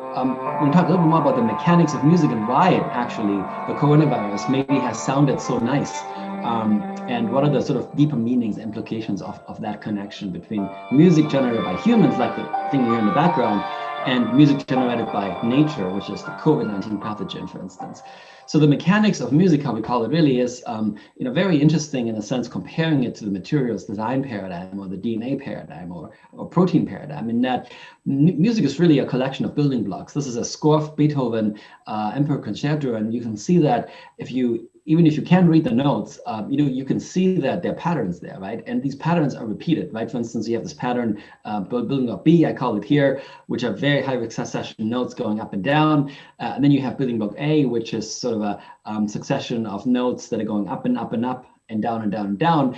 And so you can think about music, a song or classical music or whatever music you're thinking about, really as a collection of building blocks that have repetition and variation. And that's what makes music sound interesting or intricate and beautiful. That's how humans have generated music in the same paradigm. In fact, we can actually use mathematics. There's a great work by Romeyer and al., which we have built on to try to break down music not as a literal expression of notes, but actually as an expression of operations. And the same thing can be done for proteins. In other words, there's these hierarchies of building blocks, and we can reconstruct or recreate these expression of music by playing on operations, unit operations, mathematical operations that then ultimately recreate the score. So that's sort of what we want to know functionally from both materials and musical perspective. We can understand compositions of Bach more on a mechanistic perspective in that way. We can understand Goldberg variations, which you might know is really a very powerful example of musical compositions playing with this idea of variations and repetition and using a concept called counterpoint. And that's the idea of counterpoint is really by using not just a single melody, but actually using multiple melodies that play with each other and against each other. And these counterpoint techniques that Bach has used hundreds of years ago are actually found also in protein music. So once we analyze the COVID-19 pathogen in detail and we look at the score, we can recognize that this score features a lot of the techniques and methods that classical composers have created and come up with hundreds of years ago already. And so there's some really interesting questions whether, for instance, Bach, for instance, or Beethoven, Mozart, and other composers really around the world in other cultures have created music as a visual image, actually, of some of the inner structures in our body, the proteins or life, and maybe we can actually use music as a way of understanding life or biology better. So that is something we're exploring as an unconventional microscope. So this idea of engineering design at all scales is obviously really important, not only for being creative and writing new kinds of music. You've seen a couple of examples, but also as an engineering design paradigm. So I work extensively with designing better materials, more resilient materials, more environmentally friendly materials, more low carbon materials, and all of these really can find a lot of inspiration in nature. And especially spiderwebs are quite intriguing. Spiderwebs have the strength of steel, but they're made, of course, as you know, spiders everywhere, and I'm sure you have some spiders in your room, your basement. They make each cable of the spider web actually has the strength of steel, but it's very thin. And it is made, of course, very differently from steel. So steel is made in a steel factory. You need a lot of energy, you need iron ore, you need a lot of stuff. Of course, spider webs are made really at room temperature by eating a fly. So the spider might eat a fly or the wasp you've seen a few slides ago, and that's it. And then they make a web, and these webs are amazing. You can see these really interesting structures here. And the proteins that make the spider web are also the same proteins that make other things like muscle adhesion systems, which are one of the best glues in the world, actually are made by nature. We have cells, for instance, some neuron cells or other kinds of mechanically important cells that create really complex networks of proteins that basically are the machinery of life. So we've talked already about that earlier, but I want to remind you that proteins are everywhere in nature and they have many different diverse functions. And the reason how the mechanism by which they create these functions is, again, very similar to the way music is created or the way other hierarchical systems are created by using these multi-scale building blocks that are assembled. And with our fascination in spider webs and insects and sonification and vibrations, we have done a lot of work recently on also looking at how we can use spider webs as a way of making sound and how we can use spider webs as a way of learning from nature. So if you think about a construction site, this is something a picture I took a few years ago at MIT. Construction usually works with a lot of cranes, very complicated, takes a long time. Of course, a spider builds webs like this, very, very efficiently, and there are no cranes. There's no scaffolding involved. Spiders are very good in building really complex 3D structures. And so we've really began to look into that very, very seriously and looking at the imaging of how these structures are created. And this is work done with a collaborator, Tomás Saraceno, who is an artist and architect in Berlin. And he has a lot of spiders in his studio. We have also spiders at MIT that we feed with flies. The flies are eaten by the spider. The spider then builds webs. And these are the beautiful pictures of the spiders, and they build these really complex three-dimensional webs. So most spiders actually don't just build orb webs, which is a typical web you've seen, the two-dimensional spiral web I've shown a few slides ago. Most spiders actually build these three-dimensional spider webs, which are shown on this slide. And we've developed a method with Tomás Saraceno in his lab to scan these spider webs. And so what we've done is we've basically used a sheet laser to light up sections of the web and then use a computational algorithm to stitch together a three-dimensional model of that. So what you see right now is we're kind of flying into the spider web using a laser. As you go in there, you can see some amazing structures, right? So this is the kind of stuff that spiders build without a scaffolding, but they build that really from scratch by just using vibrations as a way of sensing the environment. We've developed a computer model from this, and this computer model ultimately allows us to really analyze this web structure in a lot more detail. So right now you see the same web you've seen a slide ago that we've scanned. Now you see the computational model of that. And we can go fly inside the web. We have a virtual reality setup actually where I can put on goggles and I can go inside the web and explore that. And one thing we have done is we have used this web geometry now as a harp. And I've actually opened the lecture with a picture of a harp. And actually a Chinese guzheng instrument. And this harp has maybe 10, 20, 30 strings, depending on how big the harp is.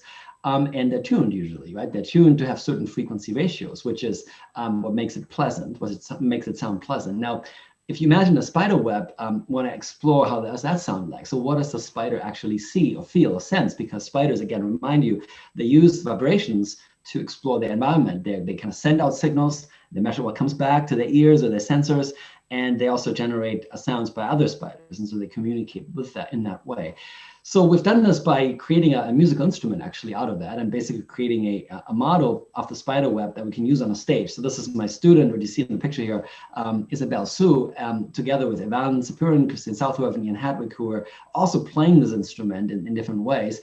And we've had a couple of shows with this, and we can basically see here a macroscopic image of the spider web and the sound that these spiders make. And I'm going to show you, I'm going to actually have an example how that sounds like at the very end of the talk, so you can hear how that sounds like. But the spider web, one of the things that you'll hear in a moment is that the spider web doesn't sound like a beautiful harp because the tuning is very different. So when you think about a harp, I mentioned they are tuned to sound nice. Well, this is achieved by what's called harmonic tuning. And essentially what we're doing is we divide all possible frequencies into a discrete set of frequencies, usually in 12 tones, which is a very good approximation for harmonic tuning. And that's how much of the music, at least Western classical music and related forms are created. And they sound nice together. And the reason is there are only discrete frequencies allowed. Now, if you have a spider web, this doesn't hold, right? So you can imagine in a spider web, it's amorphous. There's no specific tuning. The spider doesn't tune according to the human ear or the human brain. It tunes it to the spider brain. And so by listening to the spider web and looking at the frequencies, you can kind of see this is a frequency analysis of the spider web structure as we play the instrument.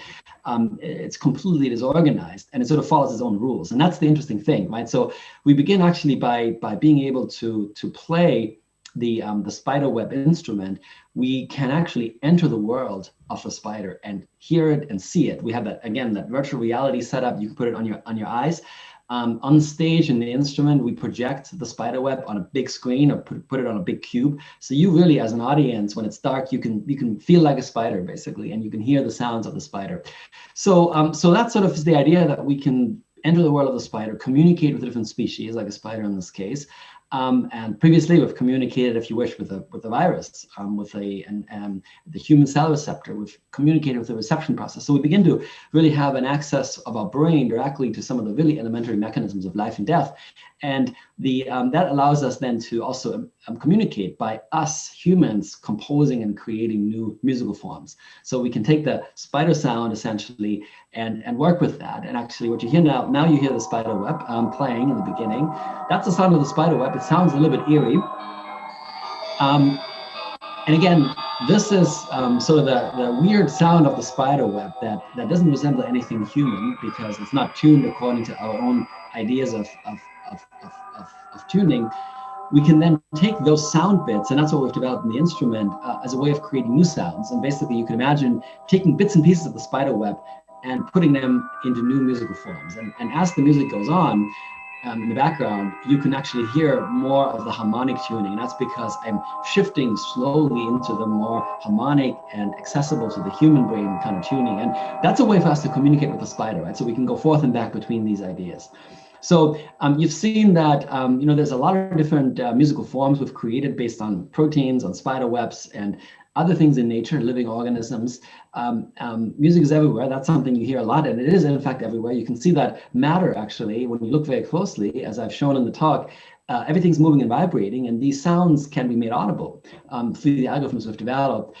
You can hear matter, and you can actually use the algorithms also, the methods also, to make sound or music back into matter. And that's very exciting, right? So now you have an opportunity to translate sound into matter and use the creative parts of our brains by basically painting a picture, a palette of sound, and then designing new materials from that. And that's what we do in our lab. There's a lot of examples if you want to listen to some of the pieces I've shown. So all the music I've played was music I've created, and there's a SoundCloud page where you can download or listen to these sounds for free. So check it out, including the coronavirus, which is actually a composition that's about 1 hour and 50 minutes long, because this virus protein is very big. So you have a lot of information in there. With that, I want to thank you very much for the attention, and I do hope we have some questions. I'm happy to answer any questions you have. Thank you. Well, thank you very much for such an interesting... Hello, Marcus? Yes. Yeah, thank you very much for such an interesting presentation. I honestly never thought about, sound and music in that way. That was extremely interesting. I have several questions from our viewers that they wanted to ask you. So the first question is, why, overall, do you need to translate the protein structures into music? Why was that, he's asking, why was that the need? What's the need behind that? Yeah, so I think, one way is really to think about music or sound as, a very efficient way of connecting information to our brain. So, as a scientist, I'm interested in using microscopes, right? And so we use microscopes that visualize structures at different magnifications. And we're always looking for new kinds of microscopes. A lot of the data that's in DNA on proteins is you can't use conventional microscopes, right? Because all you see is just some collection of atoms, and they don't really make any sense. And the reason they don't make any sense is because these proteins have their own language. DNA has its own language, and it's the language of life, basically. They have their own grammar and meaning and syntax and rules. And so by translating it into a way that human brains can actually process this language is what we needed to do. And music and sound is actually one of those things to do that, because it's the sort of most innate ways of how humans communicate. Sound is obviously, ultimately, speech is also a collection of sound and information. And music is sort of more abstract version of this, but it's the same idea. So that's the reason why we did that. Okay, great. Thank you very much for answering that question. So here's another question.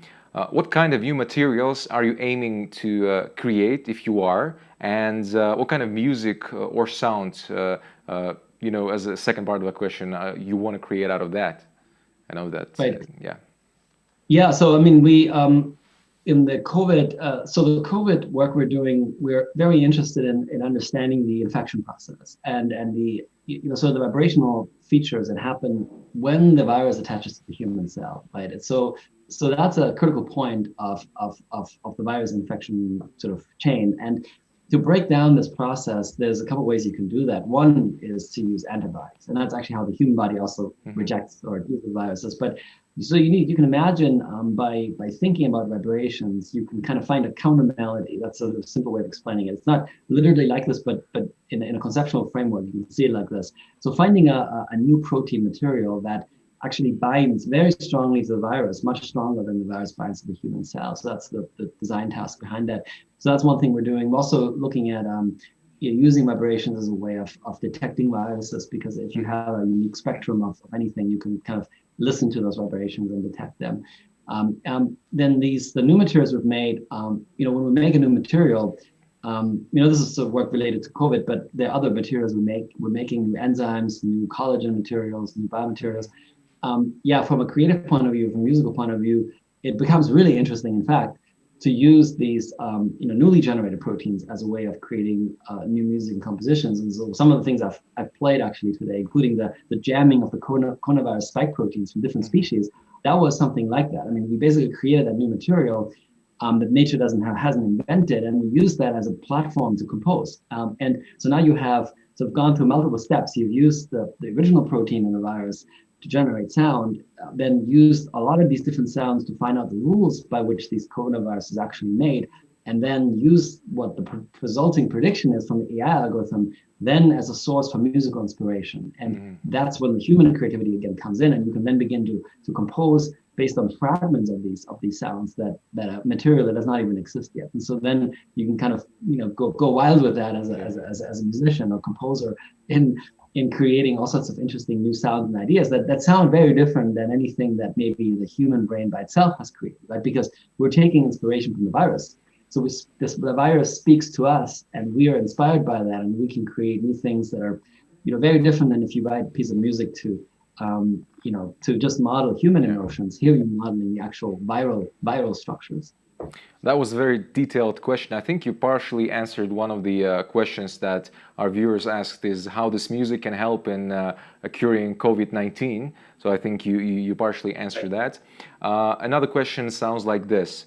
So this app that can help you to create this protein music that you take an interest in, who is it interesting for at the moment besides scientists that look into that, and who is using this application? Is anyone outside of the science world using that? Yeah, no, I've seen. I mean, there's a lot of people interested in the creative world. Composers, musicians, in using new ways of creating sound. I mean, if you can imagine. I mean, there's some people that use conventional instruments only, right? Piano and strings and orchestra, but there also is a big group of people that are very interested in sort of inventing new musical instruments, right? And so that or using innovative ways of creating sound, and that's a community of people that I know are very interested in these amino acid synthesizers in various ways. We've done that.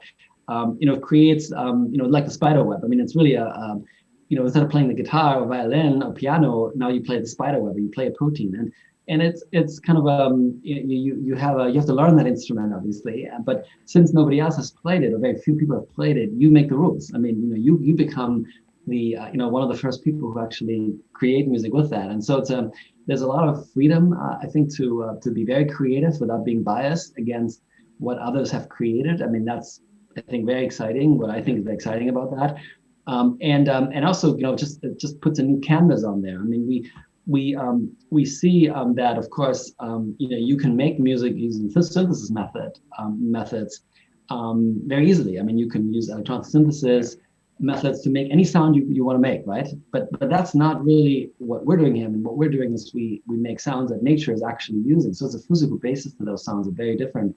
And that is a constraint in art. And in the creation of art with constraints, that's what makes it interesting, right? So you can then begin to ask the question, you take a look at a protein, like a lysozyme protein or a virus protein, and you begin to see, what kind of sounds can I tease out of that? I mean, can I create harmonies from that? Is there anything that resembles harmonic tuning in there? Do I see, some sort of ratios of frequency that I might also find in classical music? How do I find them? And it's sort of thinking about, if you're a painter, right, you would have a new set of paint colors, and these paint colors aren't just arbitrary. They actually are paint colors invented by nature, and you're going to draw with them, paint with them, and that's very interesting creatively. So there's a lot of people in the artistic world that are very intrigued by that, for the scientists as well. But it also provides a connection. I think I want to say that I'm very passionate about connecting science and art, and making science accessible to everybody in the world. And by being able to play a melody, anyone can do that, and you can kind of decide on your own whether it sounds nice or not.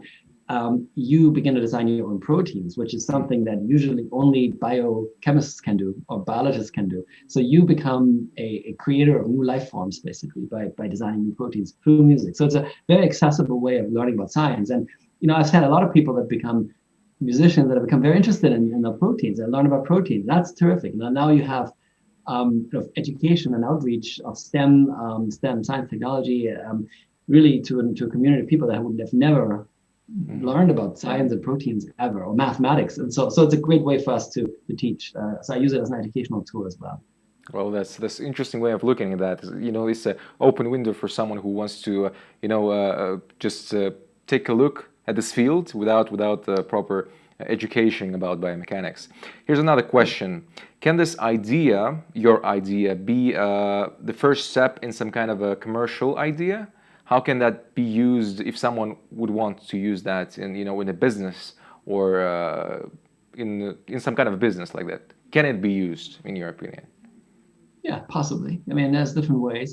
I'm not going to go into details, but I mean, I think that anytime you have an opportunity to create, to use that window or this microscope into life, that's intriguing. I think it's intriguing for us as humans because we're really genuinely curious, right? That's how we are. We always want to explore. And so I think, knowing that we can explore kind of the inner workings of our bodies, our own brain, which we don't really see, is quite intriguing. And so I think that's an opportunity for sure for various interests. Yeah. Thank you very much for answering that question. Here's another question from one of our viewers. The quote, I'm going to quote here. Marcus, thank you for your presentation. Do you think of your work as technology or art? Is there a difference between them at this moment? Yes, well, they're both. I mean, I think I've shown both sides of this. Yeah. I mean, I think the science is, really comes in when you think about the way the sounds are generated, right? And then the more of a purely scientific approach is using algorithms like AI to make new proteins. Right? That there's no human intervention at all. It's basically playing protein sounds to an AI and letting it design new protein, and you can make something. Where the art comes in, the creative part comes in when I then take those building blocks or those sounds as a way of creating my own music and use my own brain essentially to make artistic choices. And there are, so I didn't really, in the talk I covered both sides. I didn't always delineate exactly where one ends and one begins. I leave this up to the imagination of the listeners or of people watching this. But yeah, there is definitely both sides of it. And I would say the distinction is actually, is there, but at the same time, I think that I believe that a lot of science needs creativity, right? And you can see this all over the place. Great scientific discoveries come from creative ideas that people have, crazy ideas that somebody has. I can make that material, or we just had Nobel Prizes announced, and you can see that people had this crazy idea of editing genomes, right? And from an idea came the technology because they worked very hard then to figure it out, and actually ultimately did it. And so I believe that in proteins, for instance, when understanding life, you also want to be able to kind of push the envelope, and art allows you to do that because you don't have the constraints of an equation, or you can work with different parts of your brain.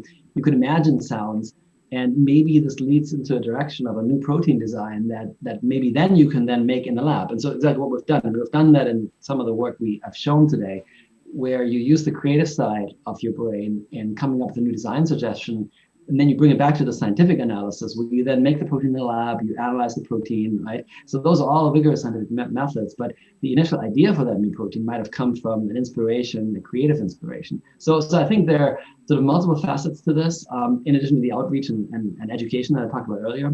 But I'm a great believer in creativity in science. And the challenge, of course, is we have to understand when one ends and one begins, but if we can teach that and understand that, I think that's a great way of bringing creativity to science, which we really need. We really need those out-of-the-box ideas. So I think it's elementary for that. Well, I agree on that. Thank you very much for answering that question. Here's another question coming from Kazakhstan. How many years do you think we are from an offline concert based on protein systems? And do you think that that music will become popular at any moment? I think this question needs more of imagination, but yeah, that's how it sounds. Yeah. Well, I mean, you can. So you're talking about live performance. I'm assuming of this. I mean, we can do that already. We've done it with the spider web a couple of times.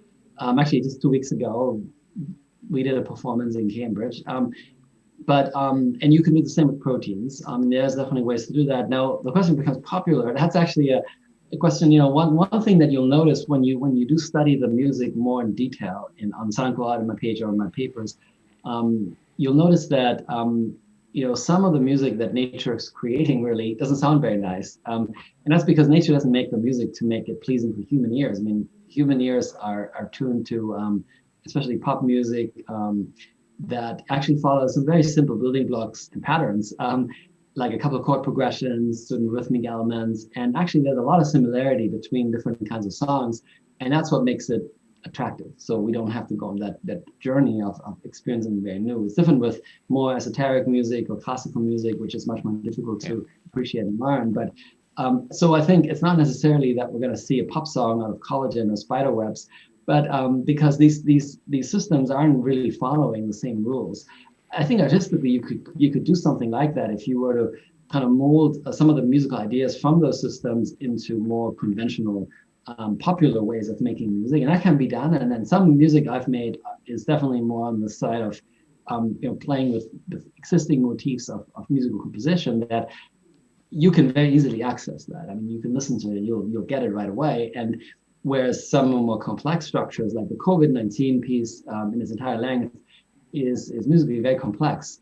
And it is pleasing to some level because there are some elements in there, but the whole structure is very complicated. Mm-hmm. So it's not going to be a pop song because pop songs aren't that long. They have much more repetition. But yeah, it could be imagined for sure. And I think that, I mean, to me, it's more of I think you're probably going to have to make, if it's aesthetically pleasing to a large crowd, public, we'll have to put it in the molds that is accessible. It's all about accessibility. Yeah. Well, one of the comments in chat was that this person thought that the COVID-19 is going to sound scarier or not that pleasing, because it did actually sound very pleasant to the ear. That's because you described because of the structure of the virus itself. Well, here's another question: do you think that our perception of sound and music is limited to the structure of our ears? And do you think that, in the future, if we will be able to enhance our ears or our hearing abilities, will that change, a lot of things, especially your research, on how we look at the proteins at the moment? Maybe that will change and we'll look at it in another way. Yeah, this is a brilliant question and brilliant comment. Yeah, absolutely. I think I showed the picture of the ear at the very beginning, and I showed that because I wanted to show that the ear is a physical structure as well, and it's connected. There's an actual membrane that vibrates based on sound waves, and there's a little connector to cells, and the cells go to the brain. And then because of that, we can only hear so many frequency ranges, right? And so if you were to go and implant a device in your brain that would basically pick up frequencies at a much bigger range, let's say you quadruple or even more the ranges of frequencies, what kind of emotions or impressions this would lead to in our brain. I mean, that's an incredible experiment to try. And I'm sure that with some of those technologies coming online, actually, you could potentially do that. Mm-hmm. And it would be incredibly interesting. Also, probably maybe a little bit worrisome. I don't know if I would, how much I would push this, because of course now you're really messing with your brain. I mean, you're doing so. We have learned hearing. We're very familiar with the sounds, but now you're maybe exciting regions in our brain through the vibrations that we don't usually excite by sound. And what is that going to do to us? We don't know. So there's a lot of unknowns. But yeah, absolutely. I mean, I love this question, by the way. I never had that question, but this is a terrific one. Well, there's always a field of what could be if certain aspects would come to life. Here's another question. We talked about COVID-19 and how you structured it and how you made a sound out of it. Did you try to create sounds out of structures of other viruses? Did they all sound pleasant to our ears because of the way they're structured, or is just this group of viruses? Yeah, so actually we have, it's also a great question. I mean, we had, I actually worked on other viruses before, and that's actually what led me to when COVID happened, mm-hmm. Led me to sonify that or work on that, create music from that virus. So we've done this before. And actually, one of the reasons why we picked viruses, why I was really intrigued by that, is because they have a very interesting structure. So if you take a look at pictures of a virus, they're small. I mean, smaller than cells, which is why they're so dangerous. But in terms of being put in the air and floating around, but they're bigger than a single protein, right? So they have a little more complexity, but they're very regular in structure. And that is something that musically, of course, is really interesting. And that's what makes music sound pleasant in some ways, where there's this regularity in structure. I mean, if you think about a rhythm, right? A rhythm is basically a repeat of a pattern. And if you had think back at the spider web, you had a completely amorphous structure. That doesn't sound very pleasant. So there needs to be some regularity. And so, yeah, and the short answer is yes, we have done other viruses. They many of them also sound musically very interesting, which actually why I think they're great canvas for composition, because they provide this really interesting balance between repeat and variation. But the COVID pathogen is, I think, particularly intriguing, and in a way we look at the protein. I mean, there's some really, really interesting things happening on the crown of this virus, and then the interaction with the human cell that are just really fascinating. And these, if you understand how to tease out those vibrational spectra and patterns, we can create some really interesting musical ideas from that really you wouldn't otherwise come up with, because the human brain isn't really. I mean, we can only recreate what we know in some ways. We learn just like an AI, and then we create things that sort of simpler or variations or compositions of other things we've ever heard. And so, to me, as somebody who writes music, I've been writing music for many decades, this has really opened up a whole new world, because I am no longer limited by my own imagination. I can sort of take nature into that process. Great, thank you for answering that. And here's the last question for today. If there's a possibility, to use this system to create new materials, right? To create new proteins. Do you think that that process should be governed, that it should be looked upon, that someone should check what people are working on? Is there any ways that people can use that not in the proper way?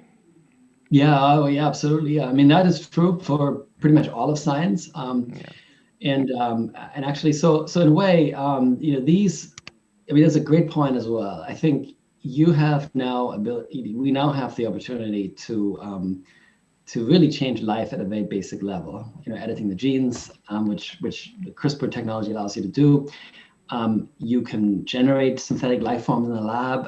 We can make the proteins for that, and you can do that using computers. And so what I've talked about today, AI methods, in using them to design proteins to understand that language of life is clearly something that allows us to really begin to interfere at a very basic level there. And you can do that for good reason, for creating vaccines or treatments or biomaterials or better cement or better steel, really trying to improve humanity.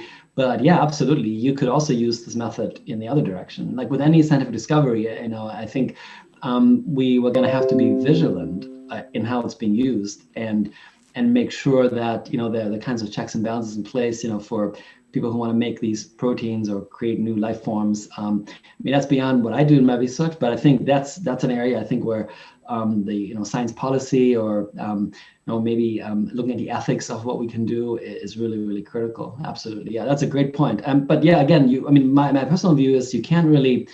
Once these technologies are developed by science, scientists sort of explore, they create, and there are many examples from history where fantastic discoveries in science have led to weapons and bioweapons and nuclear weapons and everything.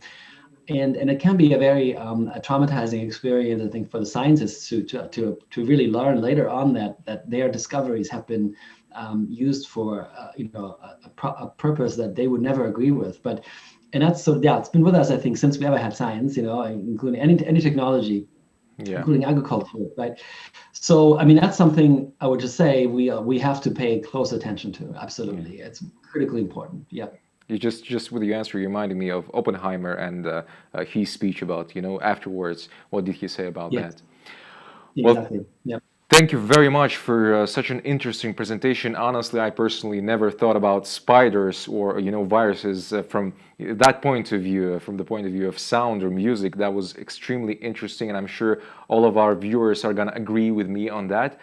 Thank you very much for sharing your expertise and knowledge, and for taking your time in your beautiful morning just to be with us and to talk and to just share whatever your studies are at the moment. Thank you very much. Thank you so much for having me. Have a great evening. Thank you very much. Bye-bye. Ну что ж, дорогие друзья, это была презентация Маркуса Бюллера, очень интересная с моей точки зрения. Я никогда сам лично не думал о пауках, по крайней мере, или о вирусах, именно с точки зрения звуков и, естественно, о белках тоже. Ну что же, дорогие друзья, это была последняя презентация на сегодняшний день. Еще раз расскажу вам о том, что сегодня было. С утра мы поделились с вами ссылкой на документальный фильм Фрэнка Поппера «The Gentleman of Vision». Ссылка и фильм вы сможете посмотреть в течение 2 дней. У нас сегодня было 2 keynote-презентации. Первая была на тему о том, как создать идеальный клиентский опыт. Презентовал ее Владимир Вулич. И вот сейчас буквально закончилась презентация от Маркуса Бюллера. Он рассказывал о вирусах и о том, может ли вирус издавать звуки, может ли вирус петь. Это о том, что было сегодня. Давайте поделюсь с вами, что у нас будет завтра, на 3-й день нашего замечательного фестиваля. Завтра, с завтрашнего дня, по закрытой ссылке вы сможете посмотреть фильм Two Horizons Саудат Исмаиловой. Фильм будет доступен 2 дня. Ссылку, как всегда, вы получите в 9 утра к себе на почту. По графику завтрашнего дня давайте расскажу вам немного, чтобы вы знали, что будет происходить в течение дня. В 14:00 по времени Алматы будет воркшоп на платформе Zoom, который будет вести Сет Синклер на тему геймификации в дистанционном обучении. Далее в 4:30 по времени Алматы будет еще один воркшоп на платформе Zoom. Там будет Владимир Вулич, и он расскажет о том, как перезапустить компанию для эпохи цифровых технологий. Далее в 5 часов дня по времени Алматы у нас будет воркшоп Аяш Мырзабековой, который расскажет и поделится темой о том, как разработать свой собственный курс, история и план действия эдупренера, предпринимателя в сфере образования. В 7 вечера завтра у нас будет сессия с Фрэнком Поппером. Он расскажет о сюжете, в котором главным является персонаж, и как стать self-made кинорежиссером. Модератором этой сессии будет Мади Мамбетов. И в завершении завтрашнего дня в 8 вечера у нас будет концерт от замечательной исполнительницы Зире Асылбек. Дорогие друзья, я хотел бы напомнить вам о том, что у нас в мессенджере Telegram есть 2 чата. Первый чат Go Viral KZ, где вы можете узнать всю актуальную информацию о нашем замечательном фестивале в режиме реального времени. И второй чат Go Viral чат, где вы можете задать вопросы нашим организаторам, также обо всем, что вас интересует касательно нашего фестиваля. Не забудьте, что завтра утром вам на почту придет письмо с ссылкой на трансляции завтрашнего дня. Все те, друзья, кто не успеет или не успел посмотреть наши трансляции в прямом эфире, вы всегда сможете это сделать в удобное для вас время, ведь записи всех трансляций будут у нас на YouTube-канале Go Viral. Ну что же, на этой замечательной, очень интересной ноте мы заканчиваем наш 2-й день фестиваля Go Viral, дорогие друзья. Оставайтесь с нами, впереди нас ждут еще несколько очень интересных и увлекательных дня. Всем отличного настроения и до следующей встречи.